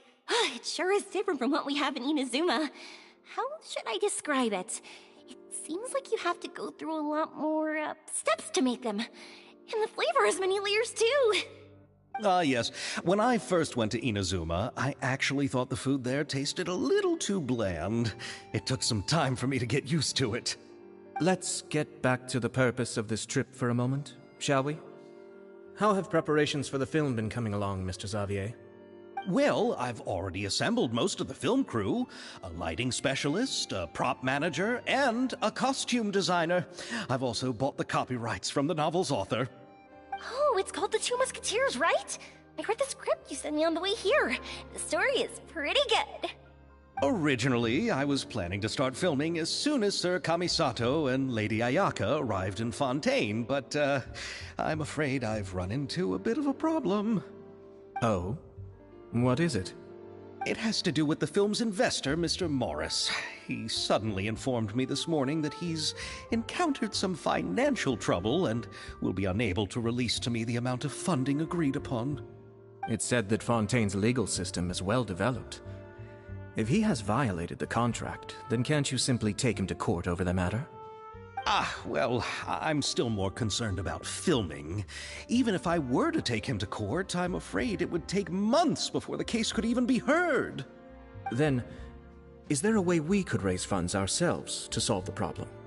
I've considered that option too, but unfortunately, it's difficult to gather such a large amount of mora on such short notice. Besides, we have to consider the film festival's submission deadline. Mr. Xavier, if Ayaka and I were willing to perform for free, would that resolve the problem you are currently facing? What? No, out of the question. To have you come all this way just to act for free? No, that won't do. There's no need to worry, Mr. Xavier. My brother and I had actually intended to work for free after receiving your invitation. Inazuma has only recently reopened its borders, and needs to strengthen its relations and cultural ties with other nations.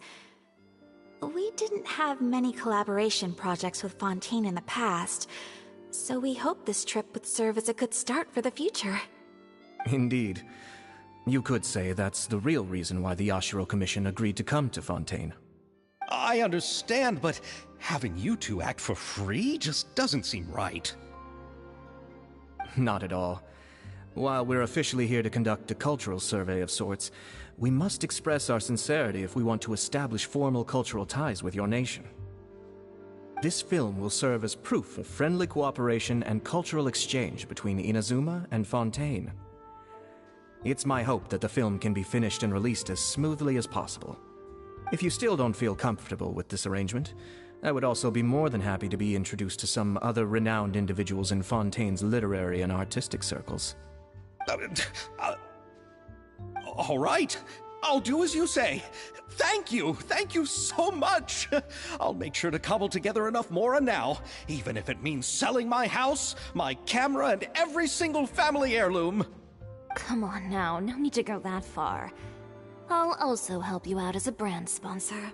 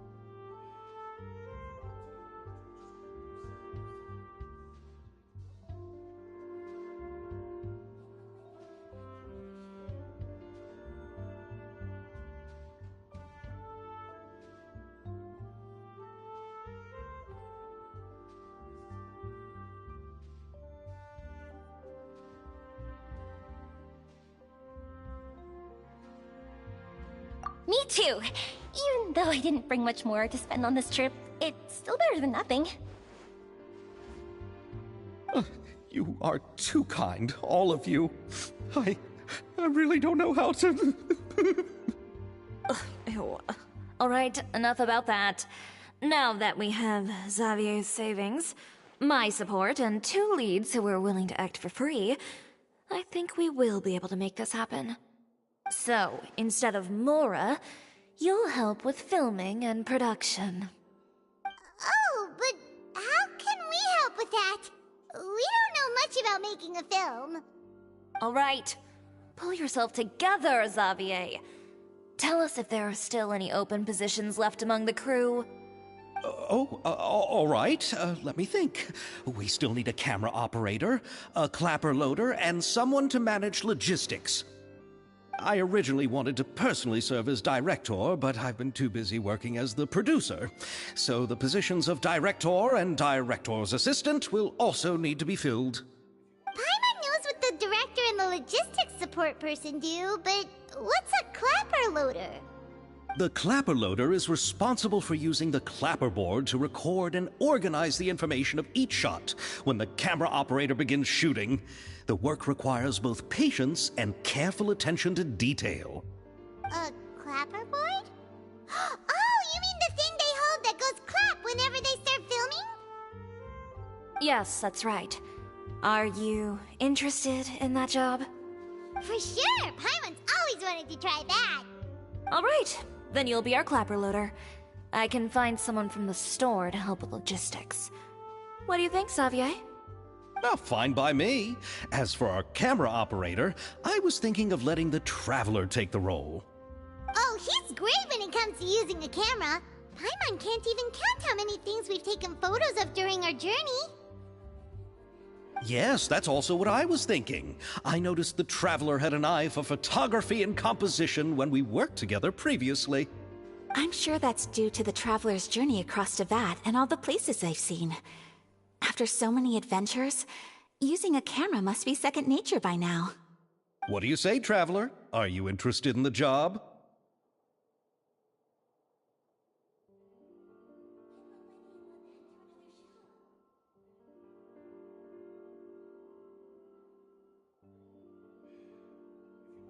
Thank you. It really means a lot to me. Come on, friend. Let me give you a big warm hug.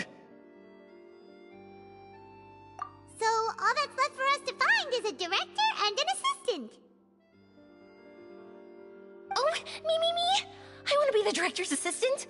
All we need to do is help the director, right? I can handle that. All right, then all we need is a director. Oh, all the well-known directors in Fontaine are probably also busy working on their own films these days. I'm not sure who will have time to help. Oh, Farina helped out a theater troupe recently by serving as an artistic consultant. She could be a good director, right? Besides, it's not like she has anything else to do right now. Farina? Do you really think Lady Farina would be willing to help us with our humble project? Isn't that the name of Fontaine's Hydro Archon? My brother has already informed me about what happened here in Fontaine. Yep, that's her. She helped out a theater troupe not too long ago, and now she's taking up work as a director. Well, I saw that musical. Her performance was perfect, and the storyboards were also excellent. Don't let her former identity intimidate you. She's the best candidate we can think of right now. You'll never know until you give her a shot. fine. You're right, Shiori. I'll do anything for the sake of my film. Anything! Then I'll have to ask the Traveler and Paimon to show me the way to Lady Farina's residence. I just hope she'll agree to help. Do you need us to also come along? No, there's no need to trouble you with this. Besides, you've just arrived in Fontaine, and I'm sure there are many places you would like to visit. Just leave this task to me. It's part of my duties as the producer. Very well. Then we'll be waiting to hear the good news. I'll go with you. By the way, you might want to consider bringing a gift. And don't worry, we won't simply drop you off at Farina's place. We know Farina pretty well by now, so having some familiar faces there should help your chances. Besides, the whole thing was our idea in the first place. All right, then I'll start making preparations. As for the gift... A gift for someone who was once seen as the Hydra Oricon. I wonder what she would like. I recall that Lady Farina once fancied a clockwork ring, so perhaps I should get another exquisite clockwork contraption for her. Huh? Can't we just bring some desserts, like the Fontanalia mousse? But wouldn't that be a little too cheap? She does like desserts, though. Isn't the Fontanalia festival happening right now? I heard Abel tell us on the Aquabus that Farina introduced the tradition of going door to door and asking for sweets. To do something like that, she must have a real sweet tooth. I agree with Yoimiya. If the gift is too fancy, it might actually make her feel more uncomfortable. Alright then, let's go buy some Fontanalia mousse!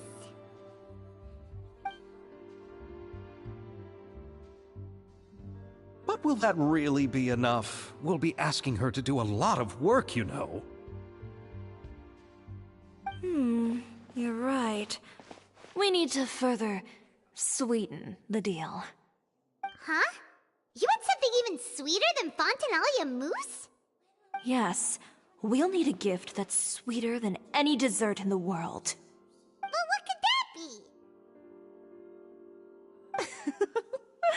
Your words of praise.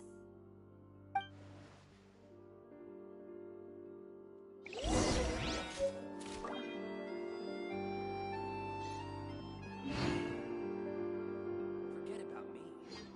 This is about me.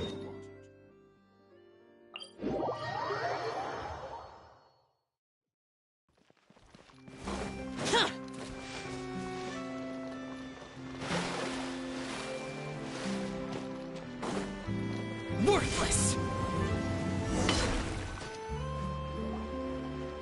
We're here! This is... Okay, I'll go knock on the door.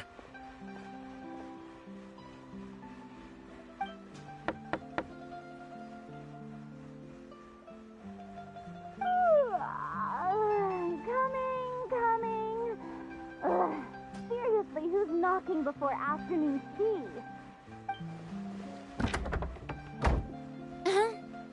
Who are you? Lady Farina, please allow me to introduce myself.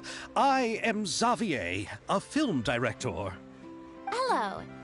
Oh, is that the traveler in Paimon I see behind you? And who's this? I'm Chiori. Ah, the one from Chioria Boutique. Hello. So, what are you all doing here? Do you need something? Did you just get up, Farina? It's already past noon, you know.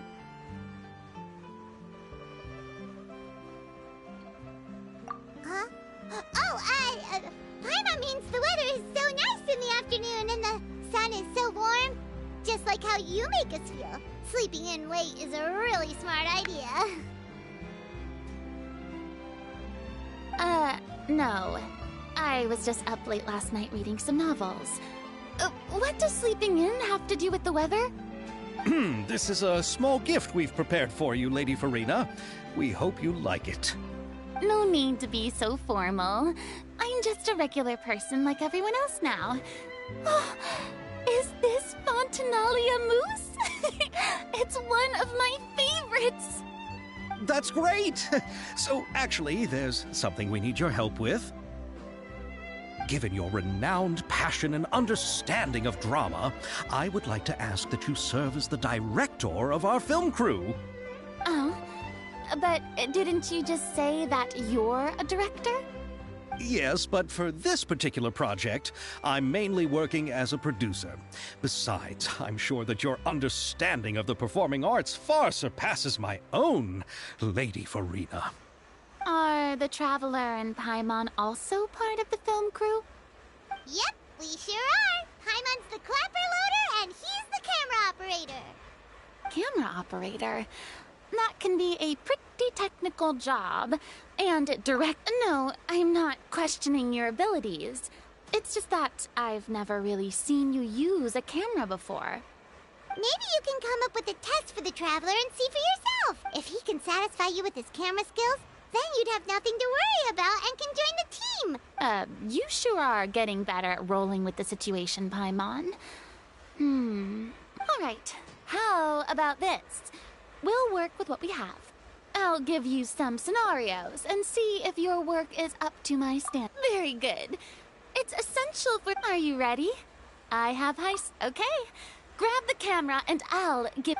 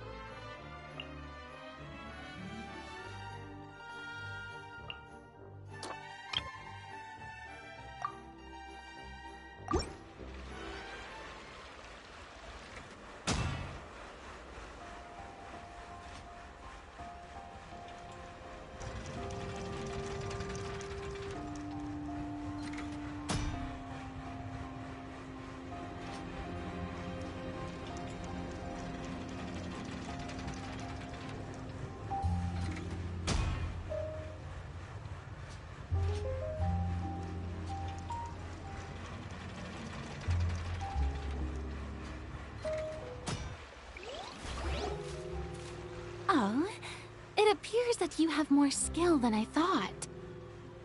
All the shots had a great composition, and I could really feel a connection to the characters and their lines.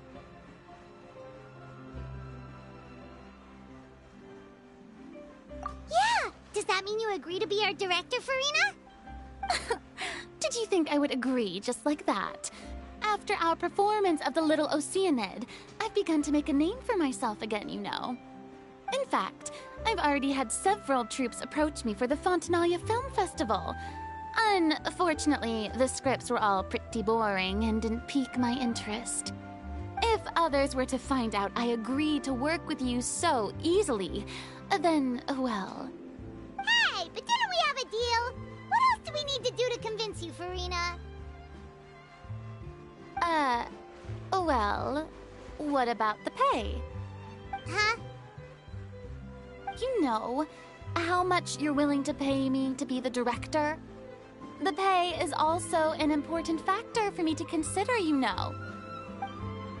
Well, I can offer you this much? What? That's all? If Nervulet were to hear of this, he could charge you with underpaying your labor. I'm sorry, but our crew is in a tight financial spot at the moment. I see. Well, even though it's highly unlikely now that I'll join your crew, there's still something I'd like to ask. Exactly what film are you planning to make? Oh, our script is an adaptation of The Two Musketeers. Huh? Wait, you mean the suspense thriller novel that was a #1 bestseller? Oh, so Farina's read it too. Of course I read it. I've always had a keen interest in artistic works that strike a chord with the populace. I see. It all makes sense now. You must have used most of the budget to pay for the copyright. Not really. The novel's author transferred the copyright to me practically for free once he heard that I wanted to make a film adaptation of the story. The lack of budget is due to another issue. He probably just wants to get his name out there. So, Mora isn't the most important thing to him right now. It reminds me of a delivery courier who wears one of my designs while traveling all across Teyvat. I didn't charge her much for the outfit either. The exposure she provides for my brand is well worth it. So, are you a big fan of this story, Farina? Well, it's alright. The pacing of the story is good, but the character relationships could use some work. When I was reading it before, I always felt like some things were left on a rather unsatisfactory note. I have high standards, you know. Ahem, Mr. Xavier, if, hypothetically speaking, I agree to be the director, how much freedom would I have in terms of script revisions and creative interpretation? Oh, as much freedom as you would need. I wouldn't dare doubt the tastes of Fontaine's greatest star. Good. Then I'm free to alter the script as I see fit? Absolutely, no problem.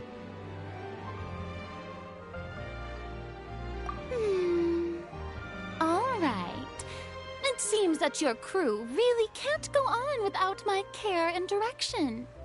So, you agree? Yes, I agree. Although the pay is well below what someone of my caliber deserves. A great script calls for a great director.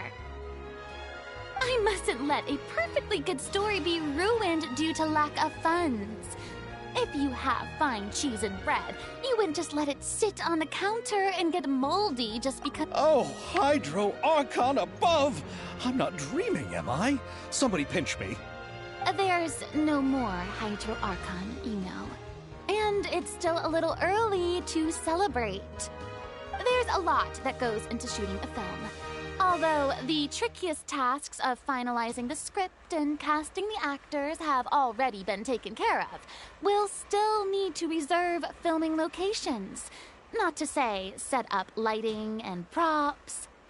And by the way, since we'll be filming The Two Musketeers, we'll need to find an action choreographer. Ideally, a professional who has actual experience with muskets. Yes, I've thought about this as well. I was hoping that you might know someone who could handle the job. Me? If this was before, I could have simply asked Lorand. But it's already been some time since I last talked to her. Navia can also use firearms, but unfortunately, her style is quite different from that of the characters in the story. Could we ask the Special Security and Surveillance Patrol? Oh, you mean the Special Patrol's musketeers? Yes, that's right. They work with muskets every day. I can't think of anyone more qualified than them. They would be under Nervilette's jurisdiction. Unfortunately, I don't have any connection with them at all. So, in the end, we still have to start by talking to Nervilette. No need to go to all that trouble. I know their Captain Chevres. Oh, you do? Wait, Chiori, how do you know the captain of the Special Patrol's Musketeers? No particular reason. Running a business means dealing with some trouble from time to time, and she's helped me out on a few occasions. In return, I've helped her handle a few situations in which the Special Patrol couldn't get involved directly. So, we've gotten to know each other over time. So you're saying there's been times when the Special Patrol needed a fashion designer to handle a situation? Your work is becoming more and more mysterious. it'd be best to keep it that way. Anyway, enough about that. What do you all think about asking the captain to be our musket action choreographer? She sounds professional enough. She is a captain after all. I have no objections. But I imagine the Special Security and Surveillance Patrol must be busy with their duties. Do you think she'd really have time to help with shooting a film? And then there's the issue of pay. Well, it just so happens that she's also not the kind of person that's just after Mora. As for whether she has time, I'll have to go and ask her first. Then I'll leave that to you. Macaroni's on sale today, so I've got to go. You can just tell me how things went when we discuss tomorrow's plan later. No problem. Having Farina join feels like a big boost to our team! Of course. Just wait until the day of our premiere. You'll witness the true power of my name in these lands. You'll be so glad I agreed to help. I can guarantee that even the standing tickets will be sold out. I'll be sure to ask some people I know to see if they'd be willing to act as extras. Seems like you're finally getting more comfortable with your own reputation now. I didn't ask for the Clapperloader's commentary, Paimon. Then let's get going. I happen to know where Chevreuse is today. By the way, I'm curious. If my pay is so low, then what about our two lead actors? Didn't they travel here all the way from Inazuma? Actually, they told us that they see the trip as part of a cultural exchange, so they didn't ask for any pay. What? So is every person in Teyvat who doesn't want money gathered here to shoot this film? Don't tell me Chiori isn't being paid either. I already knew Xavier from before, and he's also agreed to give my brand some good exposure. It seems the gods have really smiled upon you, Xavier. And that certainly doesn't include me, mind you.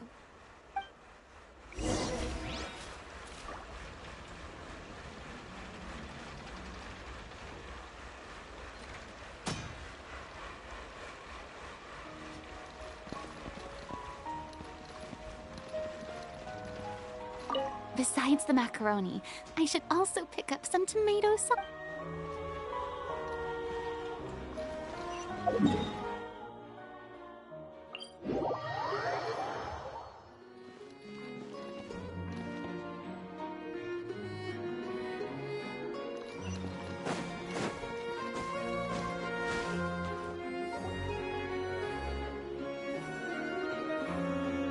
All right, this is the place.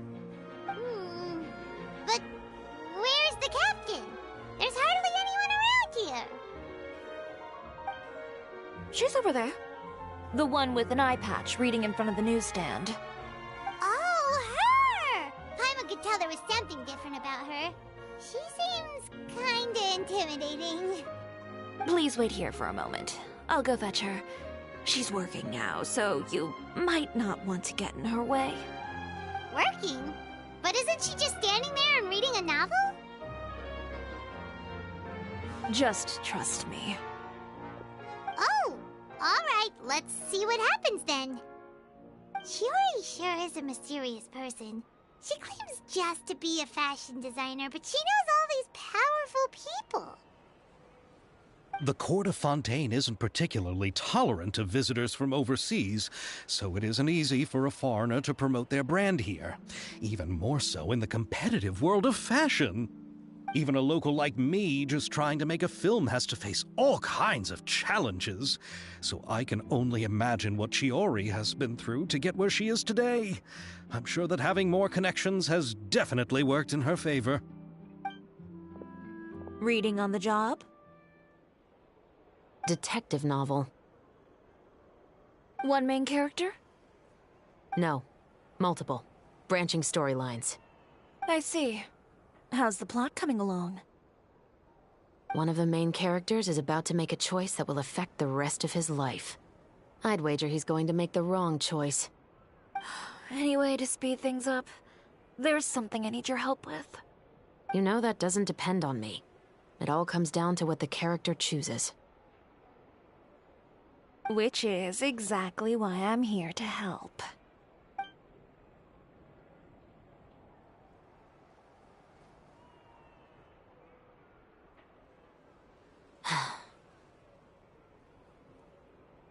All right.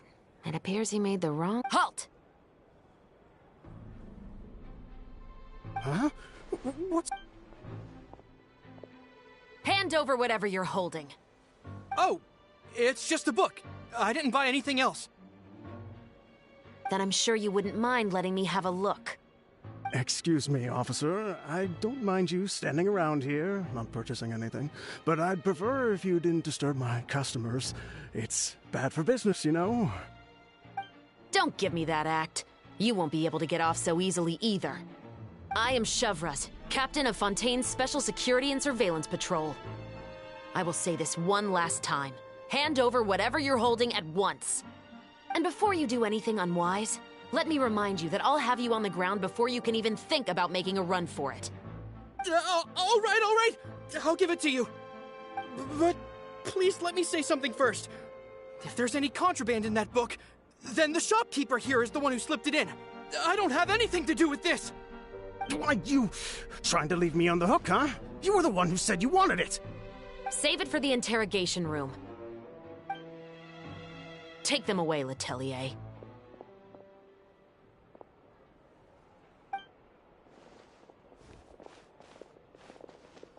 What's going on here? One second you're reading a book and the next you're escorting people away. And who are... Oh! Aren't you the traveler who's been all over the papers recently?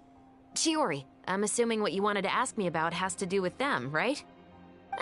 Maybe I can let you in on what's happening then.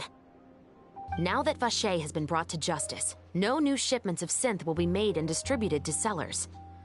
The Fontaine guards have been busy collecting the remaining synths still circulating on the market. Thanks to a tip from our reliable source here, this should be the very last batch. Oh, so you were pretending to read a book in order to catch the bad guys. Oh, Paimon almost forgot to introduce ourselves. Paimon is Paimon, and this is the Traveler and Xavier. Hey, I'm Chevraz. You probably already heard me introduce myself, so I won't bother repeating it. Yeah, why didn't you make a move as soon as you had the chance? Were you worried that my intel wasn't accurate? No, I wanted to see if the shopkeeper would turn himself in first. All he had to do was come up to me and say that he didn't know where the synth had come from. If he did that, then I wouldn't have had to press charges on him. He had the whole day to turn the synth over to Chevraz. But instead, the moment I came up and blocked Chevraz's line of sight, he took the opportunity to sell it off. Yep, he made the wrong choice, even though the right choice was right there in front of him. But you knew they wouldn't make the right choice. Yeah, I knew. I was just hoping I'd be wrong for once. Enough about that, though. What did you want to ask me about?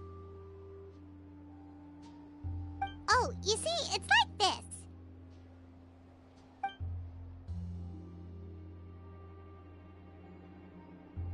The Two Musketeers. You certainly have a good eye for a story. So what do you need me to do? Just be the action choreographer for the actors? Yes, that's right. I want to make sure we get all the details right. I want the actor's posture and understanding of firearms to be as realistic as possible. However, I'm afraid this work will require a bit of your time, since you'll have to be present whenever we're filming. Also, as for the pay... No need to say any more. I'll join. Huh? Just like that!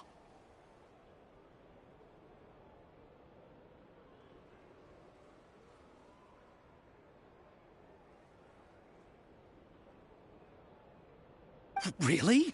You're willing to help us with our humble film project? Sure, it's no big deal. As I said, we've wrapped up our investigation here, so I don't have any other tasks on my plate for the moment. Besides, I personally really like this novel. I even have the collector's edition at home. Stories where justice prevails over evil never get old for me. Then we've got a deal? Yes, I'll see you on set tomorrow. Oh my! I can hardly believe it! I should tell Lady Farina immediately. Oh, and I must tell the prop manager and lighting technician to get everything ready. We start filming tomorrow! Calm down, Xavier. The film is going to take more than just a day to finish. Still, I should also head back now and start preparing the actors' costumes and makeup. Alright, guess that's it for today then. Traveler, Paimon, please stay for a moment. I have something to tell you. Then I'll take Xavier back. Poor thing. He's so excited that he can't even walk straight anymore. I don't want to spend our first day fishing our producer out of the fountain.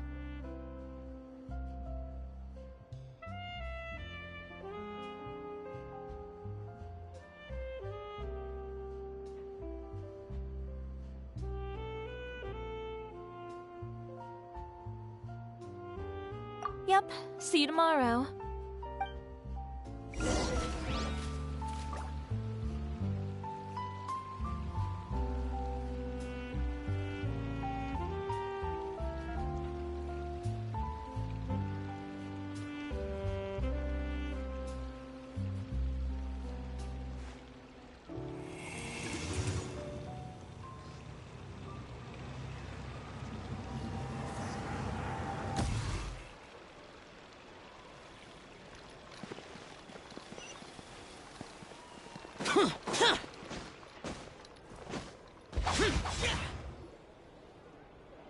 So what did you want to tell us, Chef? Have you read The Two Musketeers? The story is about a pair of children born into the household of a baron, and their struggle to survive together and take revenge for their mother. They were raised at the baron's estate, where their mother worked as a maid. The two were illegitimate children that the baron had with the maid, so they were never treated well by anyone. One day, upon returning home, they found their mother had been murdered and left dead on the floor. It was quite evident that the culprits were the other members of the baron's household, who never had any kind words to say to them. However, the baron was able to exert his influence and keep the whole thing under wraps. The mother's death was eventually deemed as a suicide, and there was no chance of bringing her murderers to justice. The two siblings decided to flee and someday avenge their mother. Many years later, members of the baron's family suddenly started turning up dead one after the other, all killed by gunshot. A rainbow rose was found on each of the victims' bodies, being the flower that the kid's mother liked best. The Baron believed that the mother's soul had come to take vengeance on him, so he lived in fear each day. But it was actually those two siblings who had fled all those years ago. They relied on each other to survive, and trained day and night, eventually becoming adept musketeers. They used all of their abilities to collect evidence and clues before executing their plan and exacting revenge on the Baron. Their actions let the truth behind their mother's death be known to all. That's quite an exhilarating story. Yep, the Baron got what he deserved for his evil deeds, and justice was able to prevail. It was just the kind of story I enjoy. Oh, so is that why you were so willing to join our crew, Chevroz? You could say it was one of the reasons. Oh, you mean there were other reasons too? I've read the reports about you. Whether it was at the trials or when you lent your hand to resolve our nation's crisis, you've shown that you've got a strong sense of justice, as well as a great mind for deductions. Yes, you're as sharp as I expected.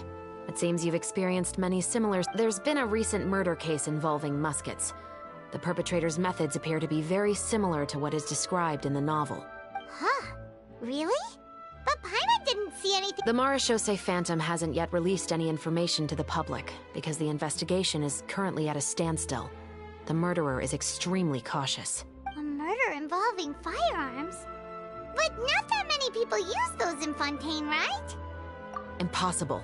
We perform a routine inspection of our firearms and ammo reserves every day. If one of the weapons had been fired, it would stick out like a sore thumb.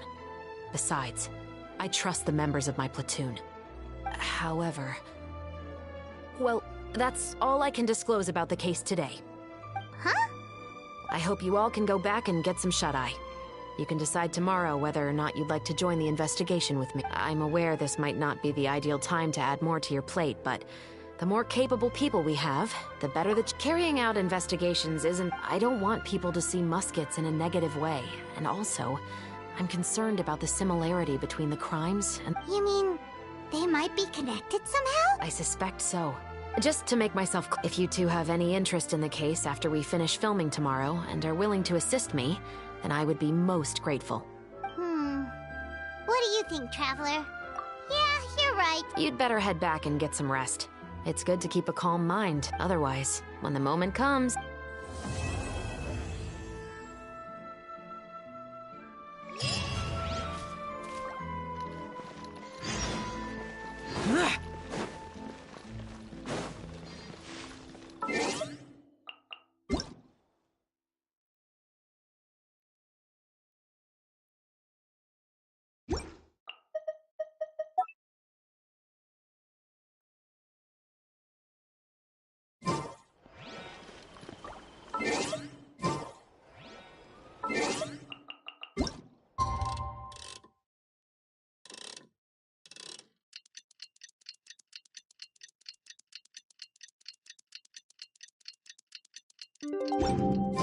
It's finally time to meet up with everyone.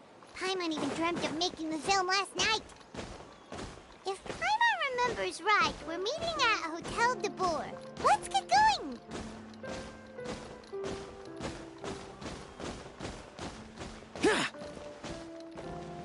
Boring! Ayaka, Yoimiya, you're already here! Good morning. Xavier said yesterday afternoon went well. Yeah, and how about you, Ayaka? What were you— After we split up, Ayato went to see Udex Nervillette at the Palais Marmonia. I was originally thinking of going with him, but he said he could manage it himself. He told me to go see the sights around Fontaine and to enjoy the local culture. So I rode the aqua bus with Yoimiya and visited the Opera House on Aranias Island. Yeah, you wouldn't believe what we saw there! 2 mechanical puppets that were dancing together! You've already seen them, right? Yeah, those two! Amazing, aren't they? We sat and watched for quite a while. It was mesmerizing. Like we could keep watching them forever. Oh, it was the same for us the first time we saw them, too. Afterwards, we went swimming at the beach! Well, diving, to be exact. It was the first time I ever breathed underwater! I held Ayaka's hand and we counted down together. 3, 2, 1, and then splash! We were beneath the waves.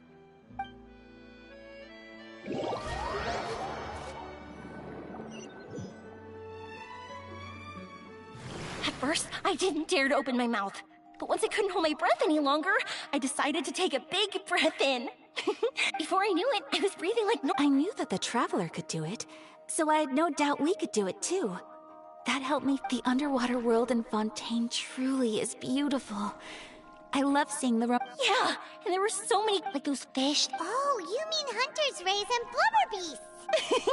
I just love the name Blubber Beast. Just wait till Pops and the others hear about this. They probably won't believe a word I say.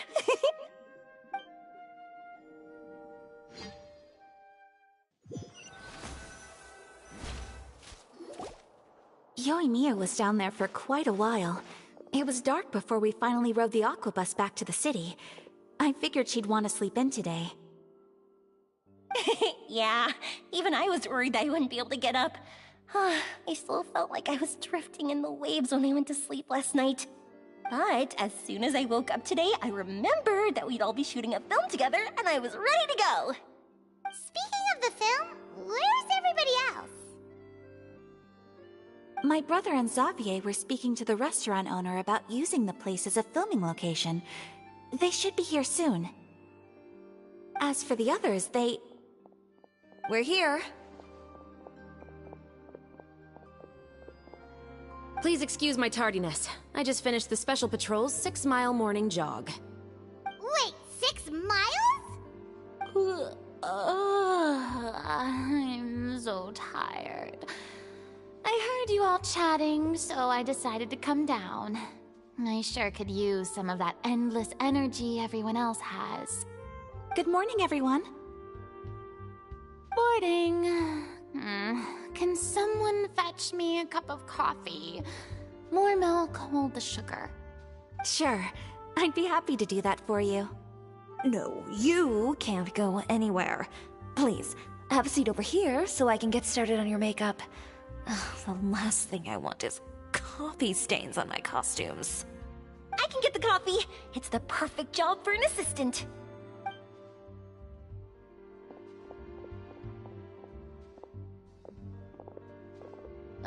So much energy. Seriously, what's her secret? Oh, Yoimiya's always like that. But you sure look exhausted, Farina.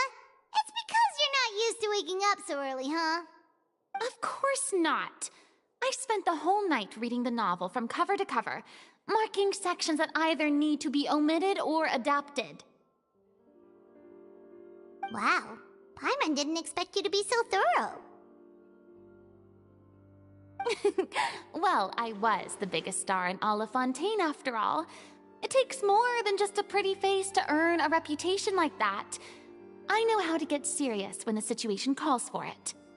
I went all out when I was acting as an Archon, so why wouldn't I do the same for my own life?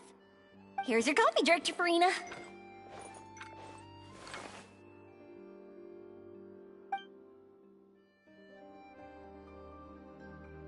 Oh, thank you.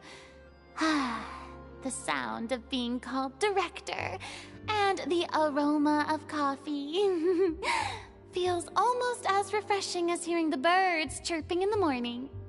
Ah, it seems everyone has managed to arrive on time.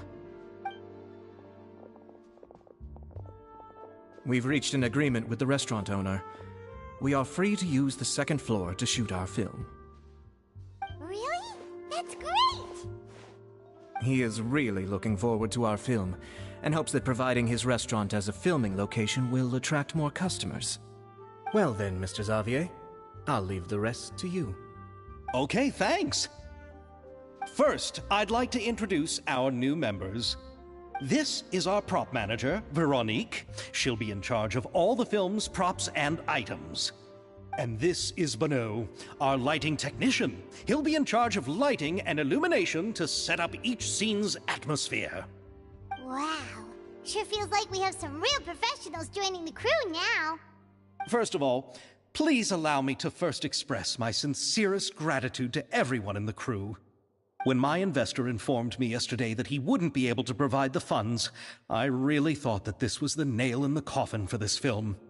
I had no idea that I'd find so many people willing to help me on such short notice. Thank you. Thank you all from the bottom of my heart. No need to be so cordial, Mr. Xavier. We're all honored to be a part of this. Your works made a profound impression on me when I saw them back in Inazuma. I am sure that someday, this film will be remembered as a prime example of cultural exchange between Fontaine and Inazuma. Yes, the story is the reason I agreed to join. I can't bear to even imagine what this film would look like without the very best director. Anyway, I would like to make a promise to everyone that as the producer of this film, I'll do whatever I can to ensure that everything goes as smoothly as possible. This is not just my film. It also embodies the thoughts and feelings of every person here, as well as the endless effort we are about to pour into it. So, without further ado, the Two Musketeers will officially begin filming now! You may take it from here, Director Farina. All right, listen up, everyone.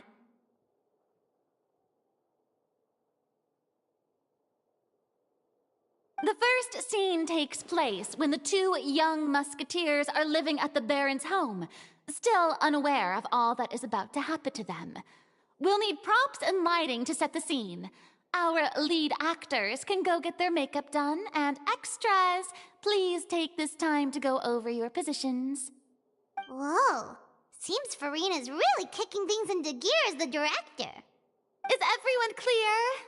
I don't want anyone traipsing around the set like umbrella finches.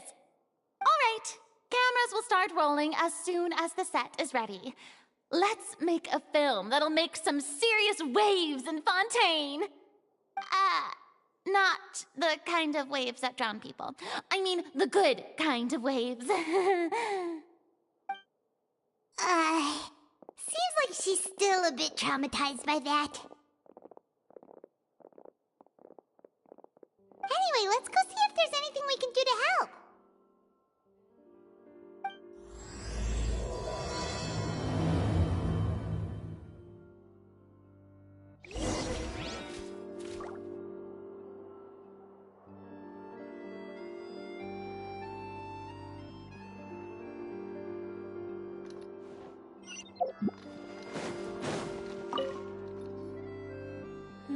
Ayaka has met. No talking. Ah. To achieve a more... Are you saying the wrinkles... You just have too much... Quiet.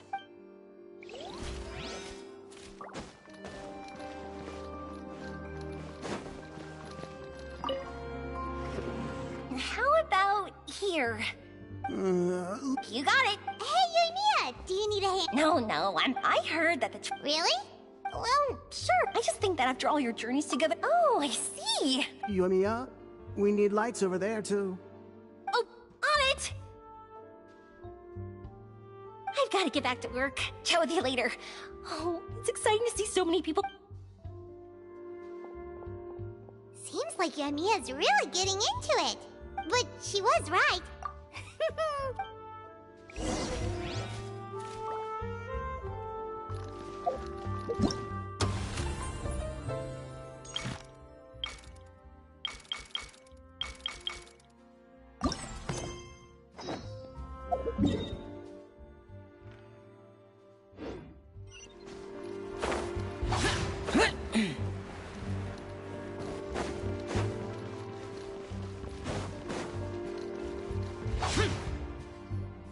So, this is a real musket?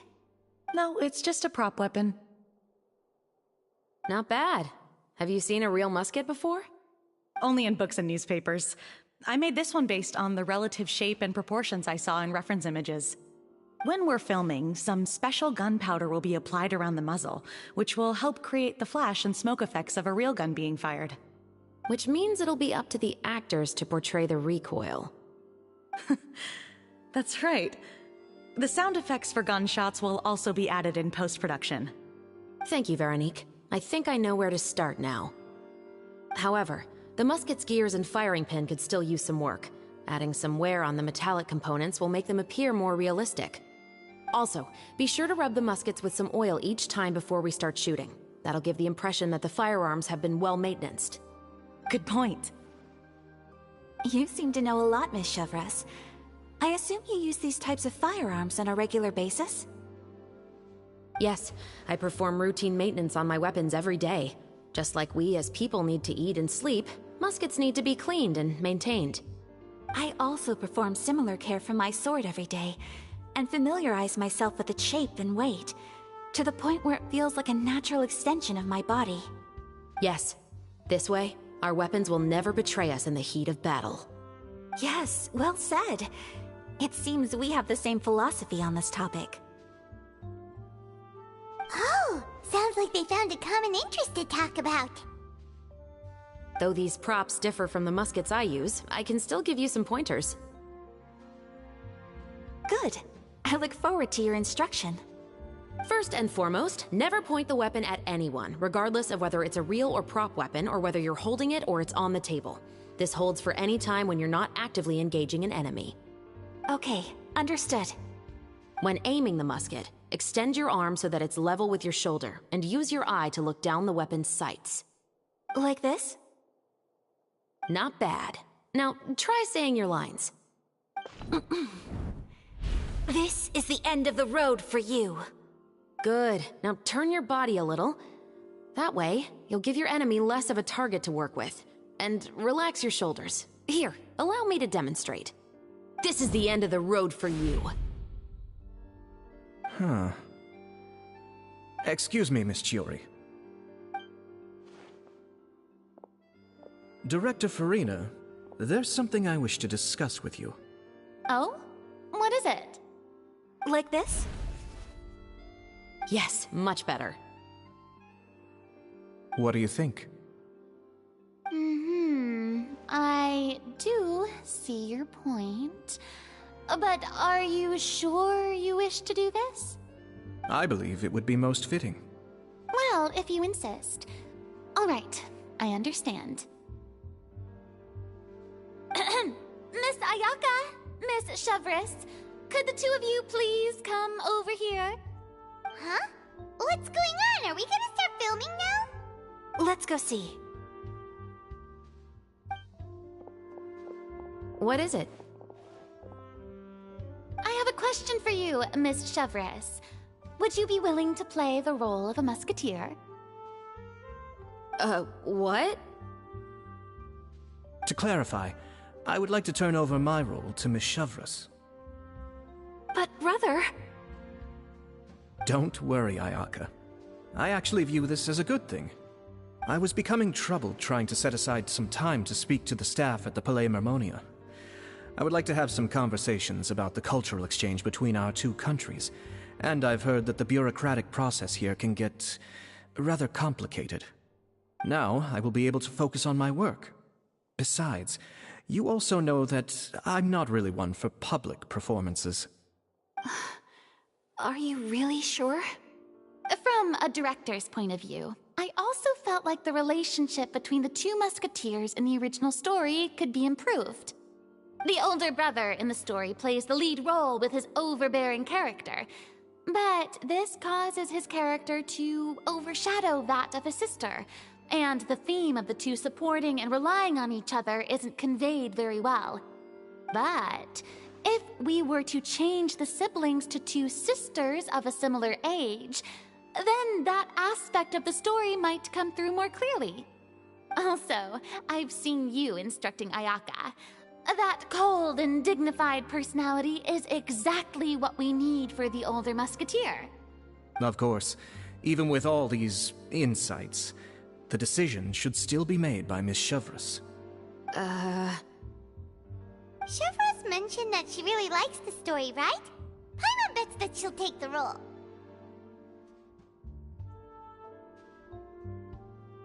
All right, I'll take the role.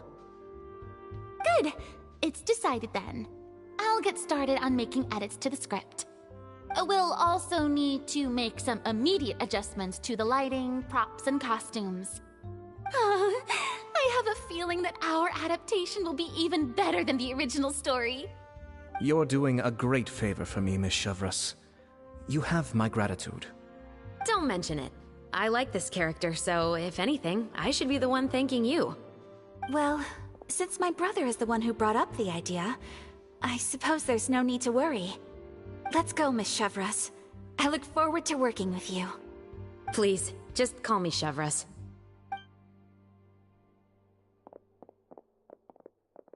Seems like you're really going out of your way to solve the problem I was having with your makeup. Surely you jest, Chiori. I assure you that I was mostly motivated by a desire to spend more time on formal business. Oh, come on. You really think I'd buy that? According to what I've heard from Ayaka, her brother is someone who can juggle 10 different matters at the same time. I'm sure you have other reasons for backing out. Perhaps. Ayaka always said she wanted to go out and see more of the world, just like the Traveler. But I feel that she needs not only to see other nations, but also to make some different kinds of friends. I think it would be harder for her to make new connections with me constantly by her side. I would like to give her some space. Alright, go on. Spoil her some more. Ayato! It's too bad you're stepping down from the role. Paimon really wanted to see you act as a musketeer.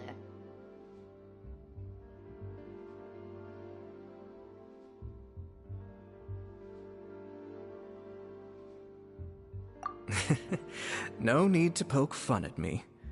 I'd wager that you also felt that I wasn't the best candidate for the role. It's a little hard for Paimon to imagine you saying those lines.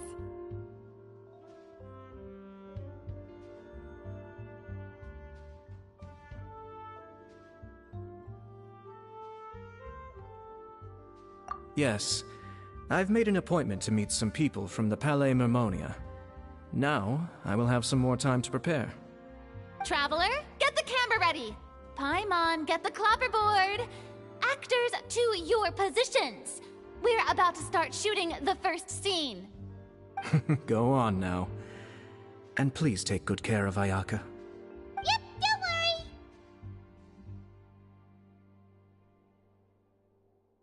Thank you. I look forward to seeing the film when it's finished. All right, now that we're all here, let me help set the scene for everyone. The first scene, Chevres will be silence on the set.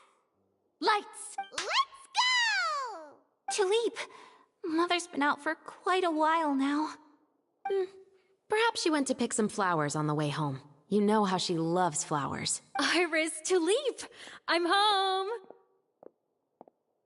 Mother! You were out for so long, we were beginning to worry about you. I'm sorry, but I'm back now, safe and sound. Mother, what are those bruises on your hand? Huh? What bruises? Oh, I must have bumped into something. But I didn't notice them this morning. Then perhaps they're from when I accidentally tripped when I was out just now. By the way, did you have fun playing it? What's the matter, Iris? Well, we've realized... They even took Iris's doll and spat at us. And they even called us names. Shh. It's all right. Don't worry. Girls, listen to me. It doesn't matter what anyone says. Don't listen to them. No one can define you with such words. You both have wonderful lives ahead of you, just like your names. Maybe your time to blossom hasn't quite come yet, but one day, you two will bloom more beautifully than anything else. Don't let the soil you're in now ruin your future. And cut! Not bad. The actors' emotions were all on point. Let's keep that take. Also, if our clapper loader could avoid shouting at the start of the scene next time. Oh, got it. Great. I was a little worried that my nerves would get the better of me. What about you, Chevres? I felt fine. The lines weren't too difficult at all. Seems like Farina must have adapted the role nicely. You two were great. I couldn't tell it was your first time acting in a film. You should have more confidence. Thank you for your encouragement. Positions, everyone! We'll move on to the next scene after we try a few more camera angles.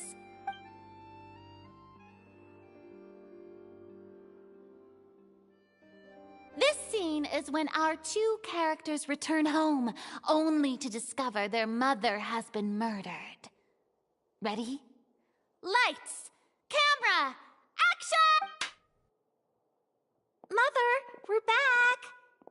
Mother?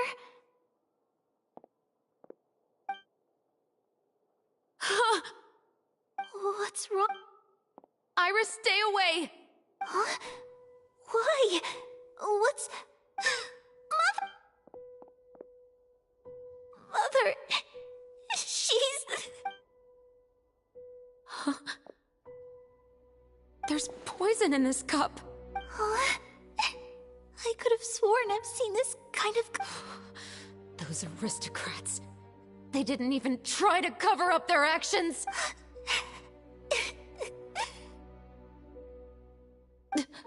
Iris, we need to leave this... Leave? But now that Mother is gone... Anywhere. All I know is that we can't stay in this house. We'll have our revenge, I promise you. Just not right now.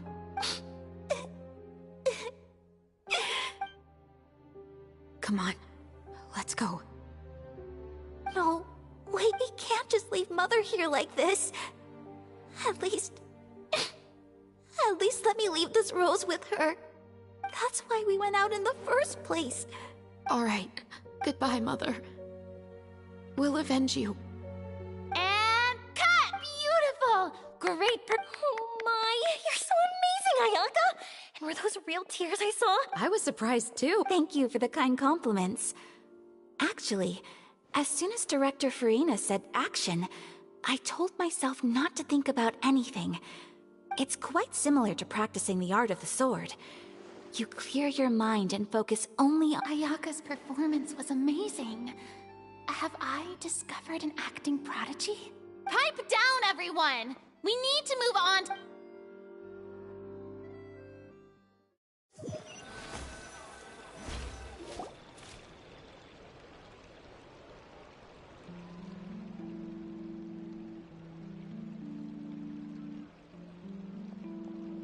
Huh?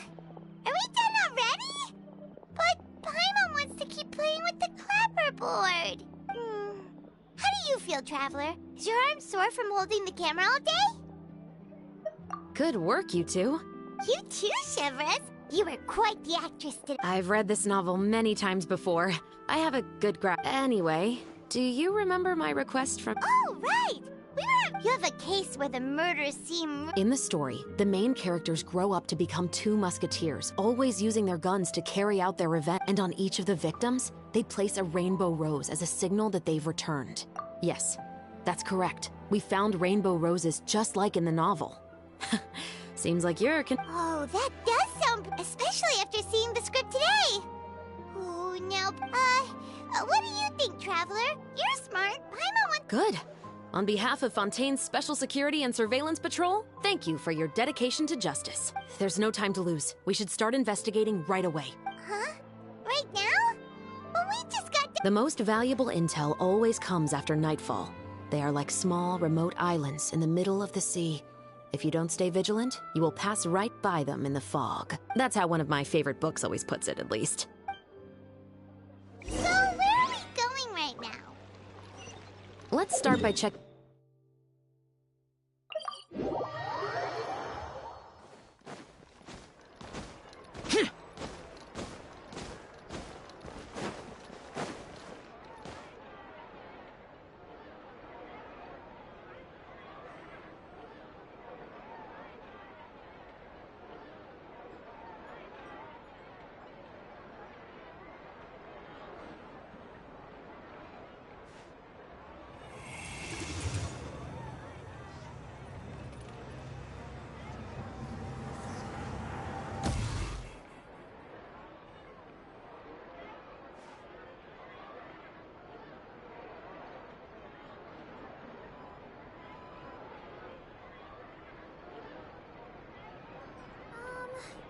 Can we play banker next time?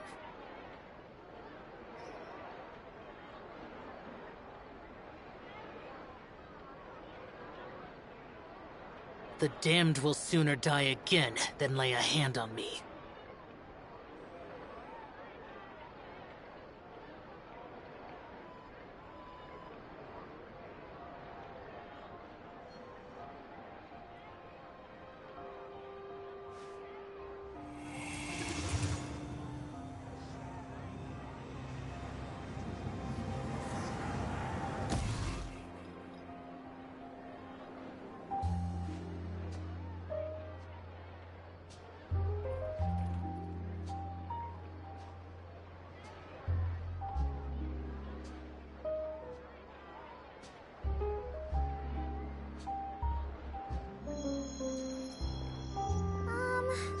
Can we play banker next time?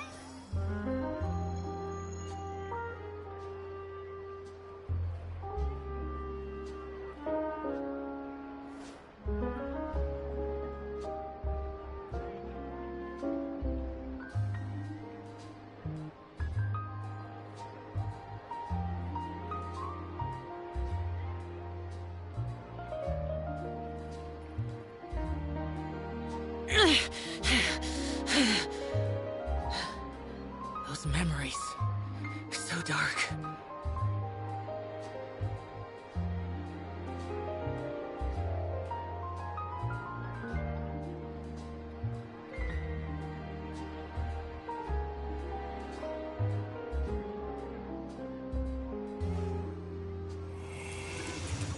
Can we play banker next time?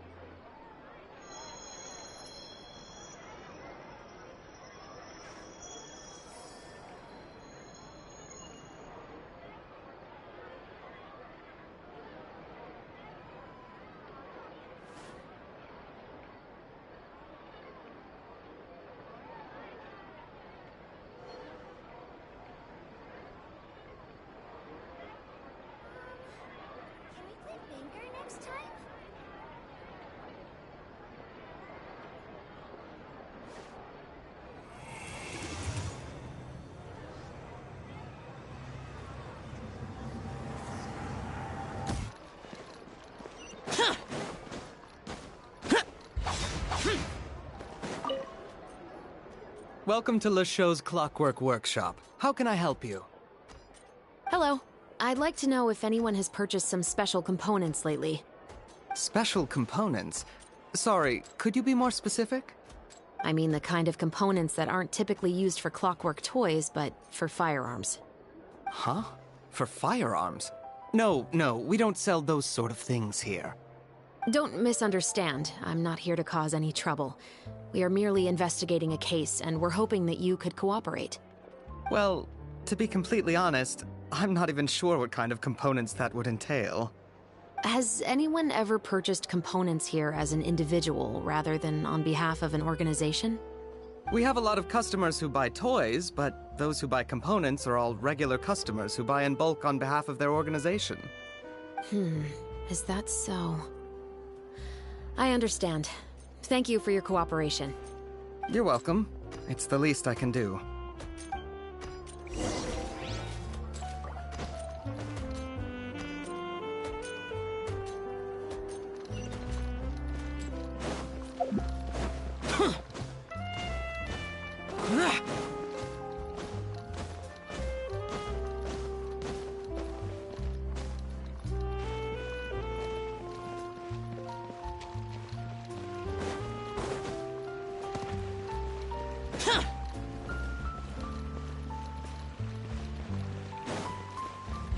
Boring! Oh, hey, Chevris. Run out of oil for your musket again? Hello, Estelle. I want to know if anyone has come to your shop recently to order some firearm components. Oh, is this another case? Let me think. I don't think so. Some people have requested that I make some prop guns for the Fontanalia Film Festival, but I refused all of those requests. Oh? Why's that? Because there's no profit! I only make things here that can do some real heavy lifting. I don't have the energy to make some new molds just for the festival. Then has anybody come specifically looking for mechanical components?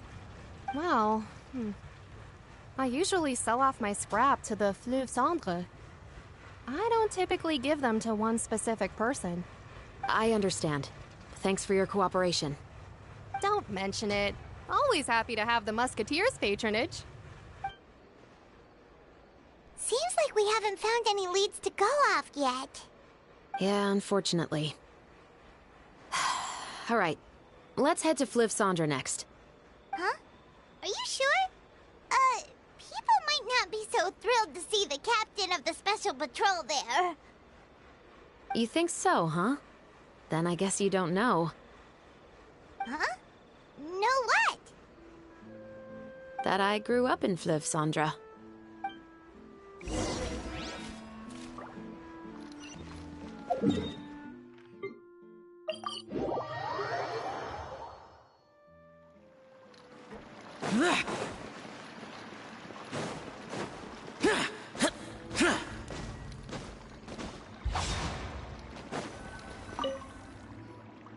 What's all this? Yes, but have a closer look, Pipe.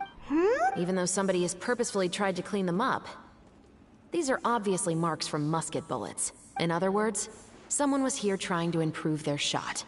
They were using the barrels and bottles for target practice. Could it have been the killer? Your guess is as good as mine.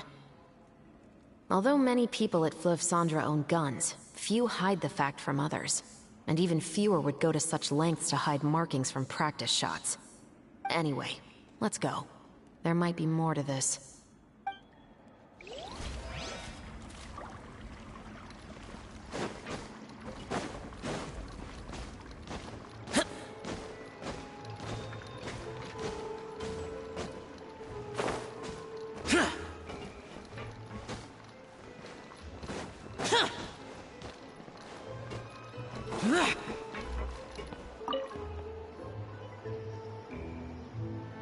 It's been a while, Tetro.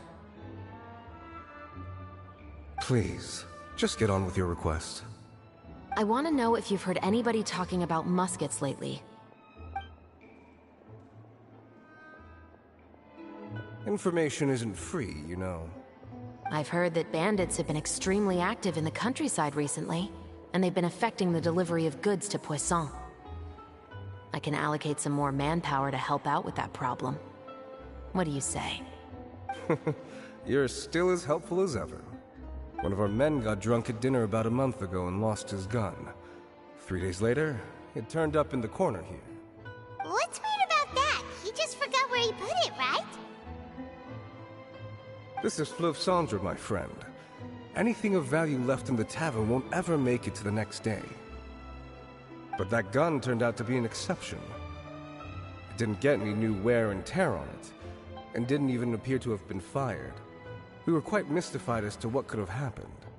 I suspect it came back because the weapon was already known to the guards. You mean, a criminal was afraid the Marechaussee Phantom would use the shot marks to track them down? Maybe. But if that's the case, the culprit really took great care to avoid getting caught. I didn't say anything about a criminal. In Fleuve Cendre, knowing who was killed is as easy as knowing what clothes you're wearing today. It's the guy living in the East Side, isn't it? I've never liked him. Every time he's here, he just orders a drink and sits there with a nasty look in his eyes. So, who was the one who lost the gun in the first place? Don't bother. Even if you asked, he wouldn't admit to owning a gun to some strangers. Not to mention the captain of the Special Security and Surveillance Patrol. He's right. I know you grew up here, Chevres. Even though you're on good terms with the Spina, you've still been gone too long.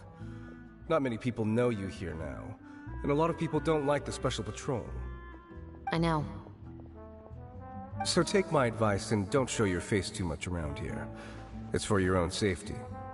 I'll come and go as I please, and I'm afraid I'll be appearing more often due to my work.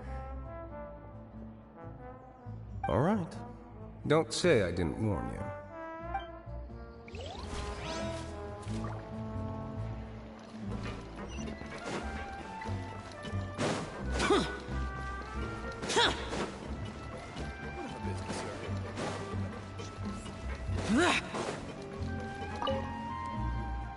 Hello, I'd like to ask some questions. I don't know anything. Don't worry, I'm not here to arrest anybody. You say that now. It's the truth. Here, take this as my guarantee. Wait, did Paimon just see what she thinks she saw? Is the captain of the Special Patrol bribing a citizen? Seems you're different from the other guards. What do you want to know? Have you heard anything related to muskets in Fleuve Cendre lately? Muskets, huh? All I know is that about 2 weeks ago, we started hearing some loud noises at night. So loud that it's been waking me up. Were they gunshots? Possibly. It's hard to tell around here.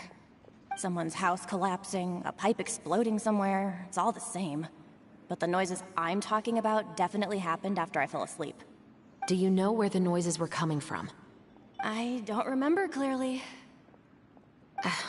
Is it that you don't remember, or that you need to think about it some more? You tell me. Then please, think about it some more. She's giving her even more Mora!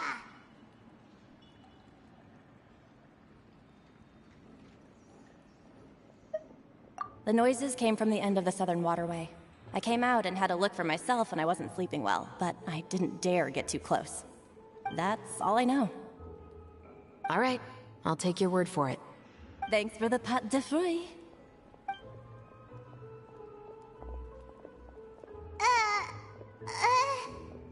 No need to be surprised. I grew up here, remember? I know how to get people around here to talk. Seems you catch on pretty quick. Now then, let's keep going. Seems like that's all we'll be able to uncover for today. Paimon feels like... Yes, a month ago. In the following, then, a few days ago. The deceased was a resident of Fleuve. Yeah. If we are indeed he was no saint, but what message is the killer trying to convey? And we've thoroughly investigated. He claims to have spent the whole day. Okay, so he... Not only that, he has a family of his... In the story, the mother... More importantly, Then... Investigations take... How about this? Let's spend the next few days filming with the crew. We can continue the investigation once we're done with the film. I'm sure that given time, new leads will... Wait, but weren't you saying... But... Oh? As long as you spend enough time sailing through the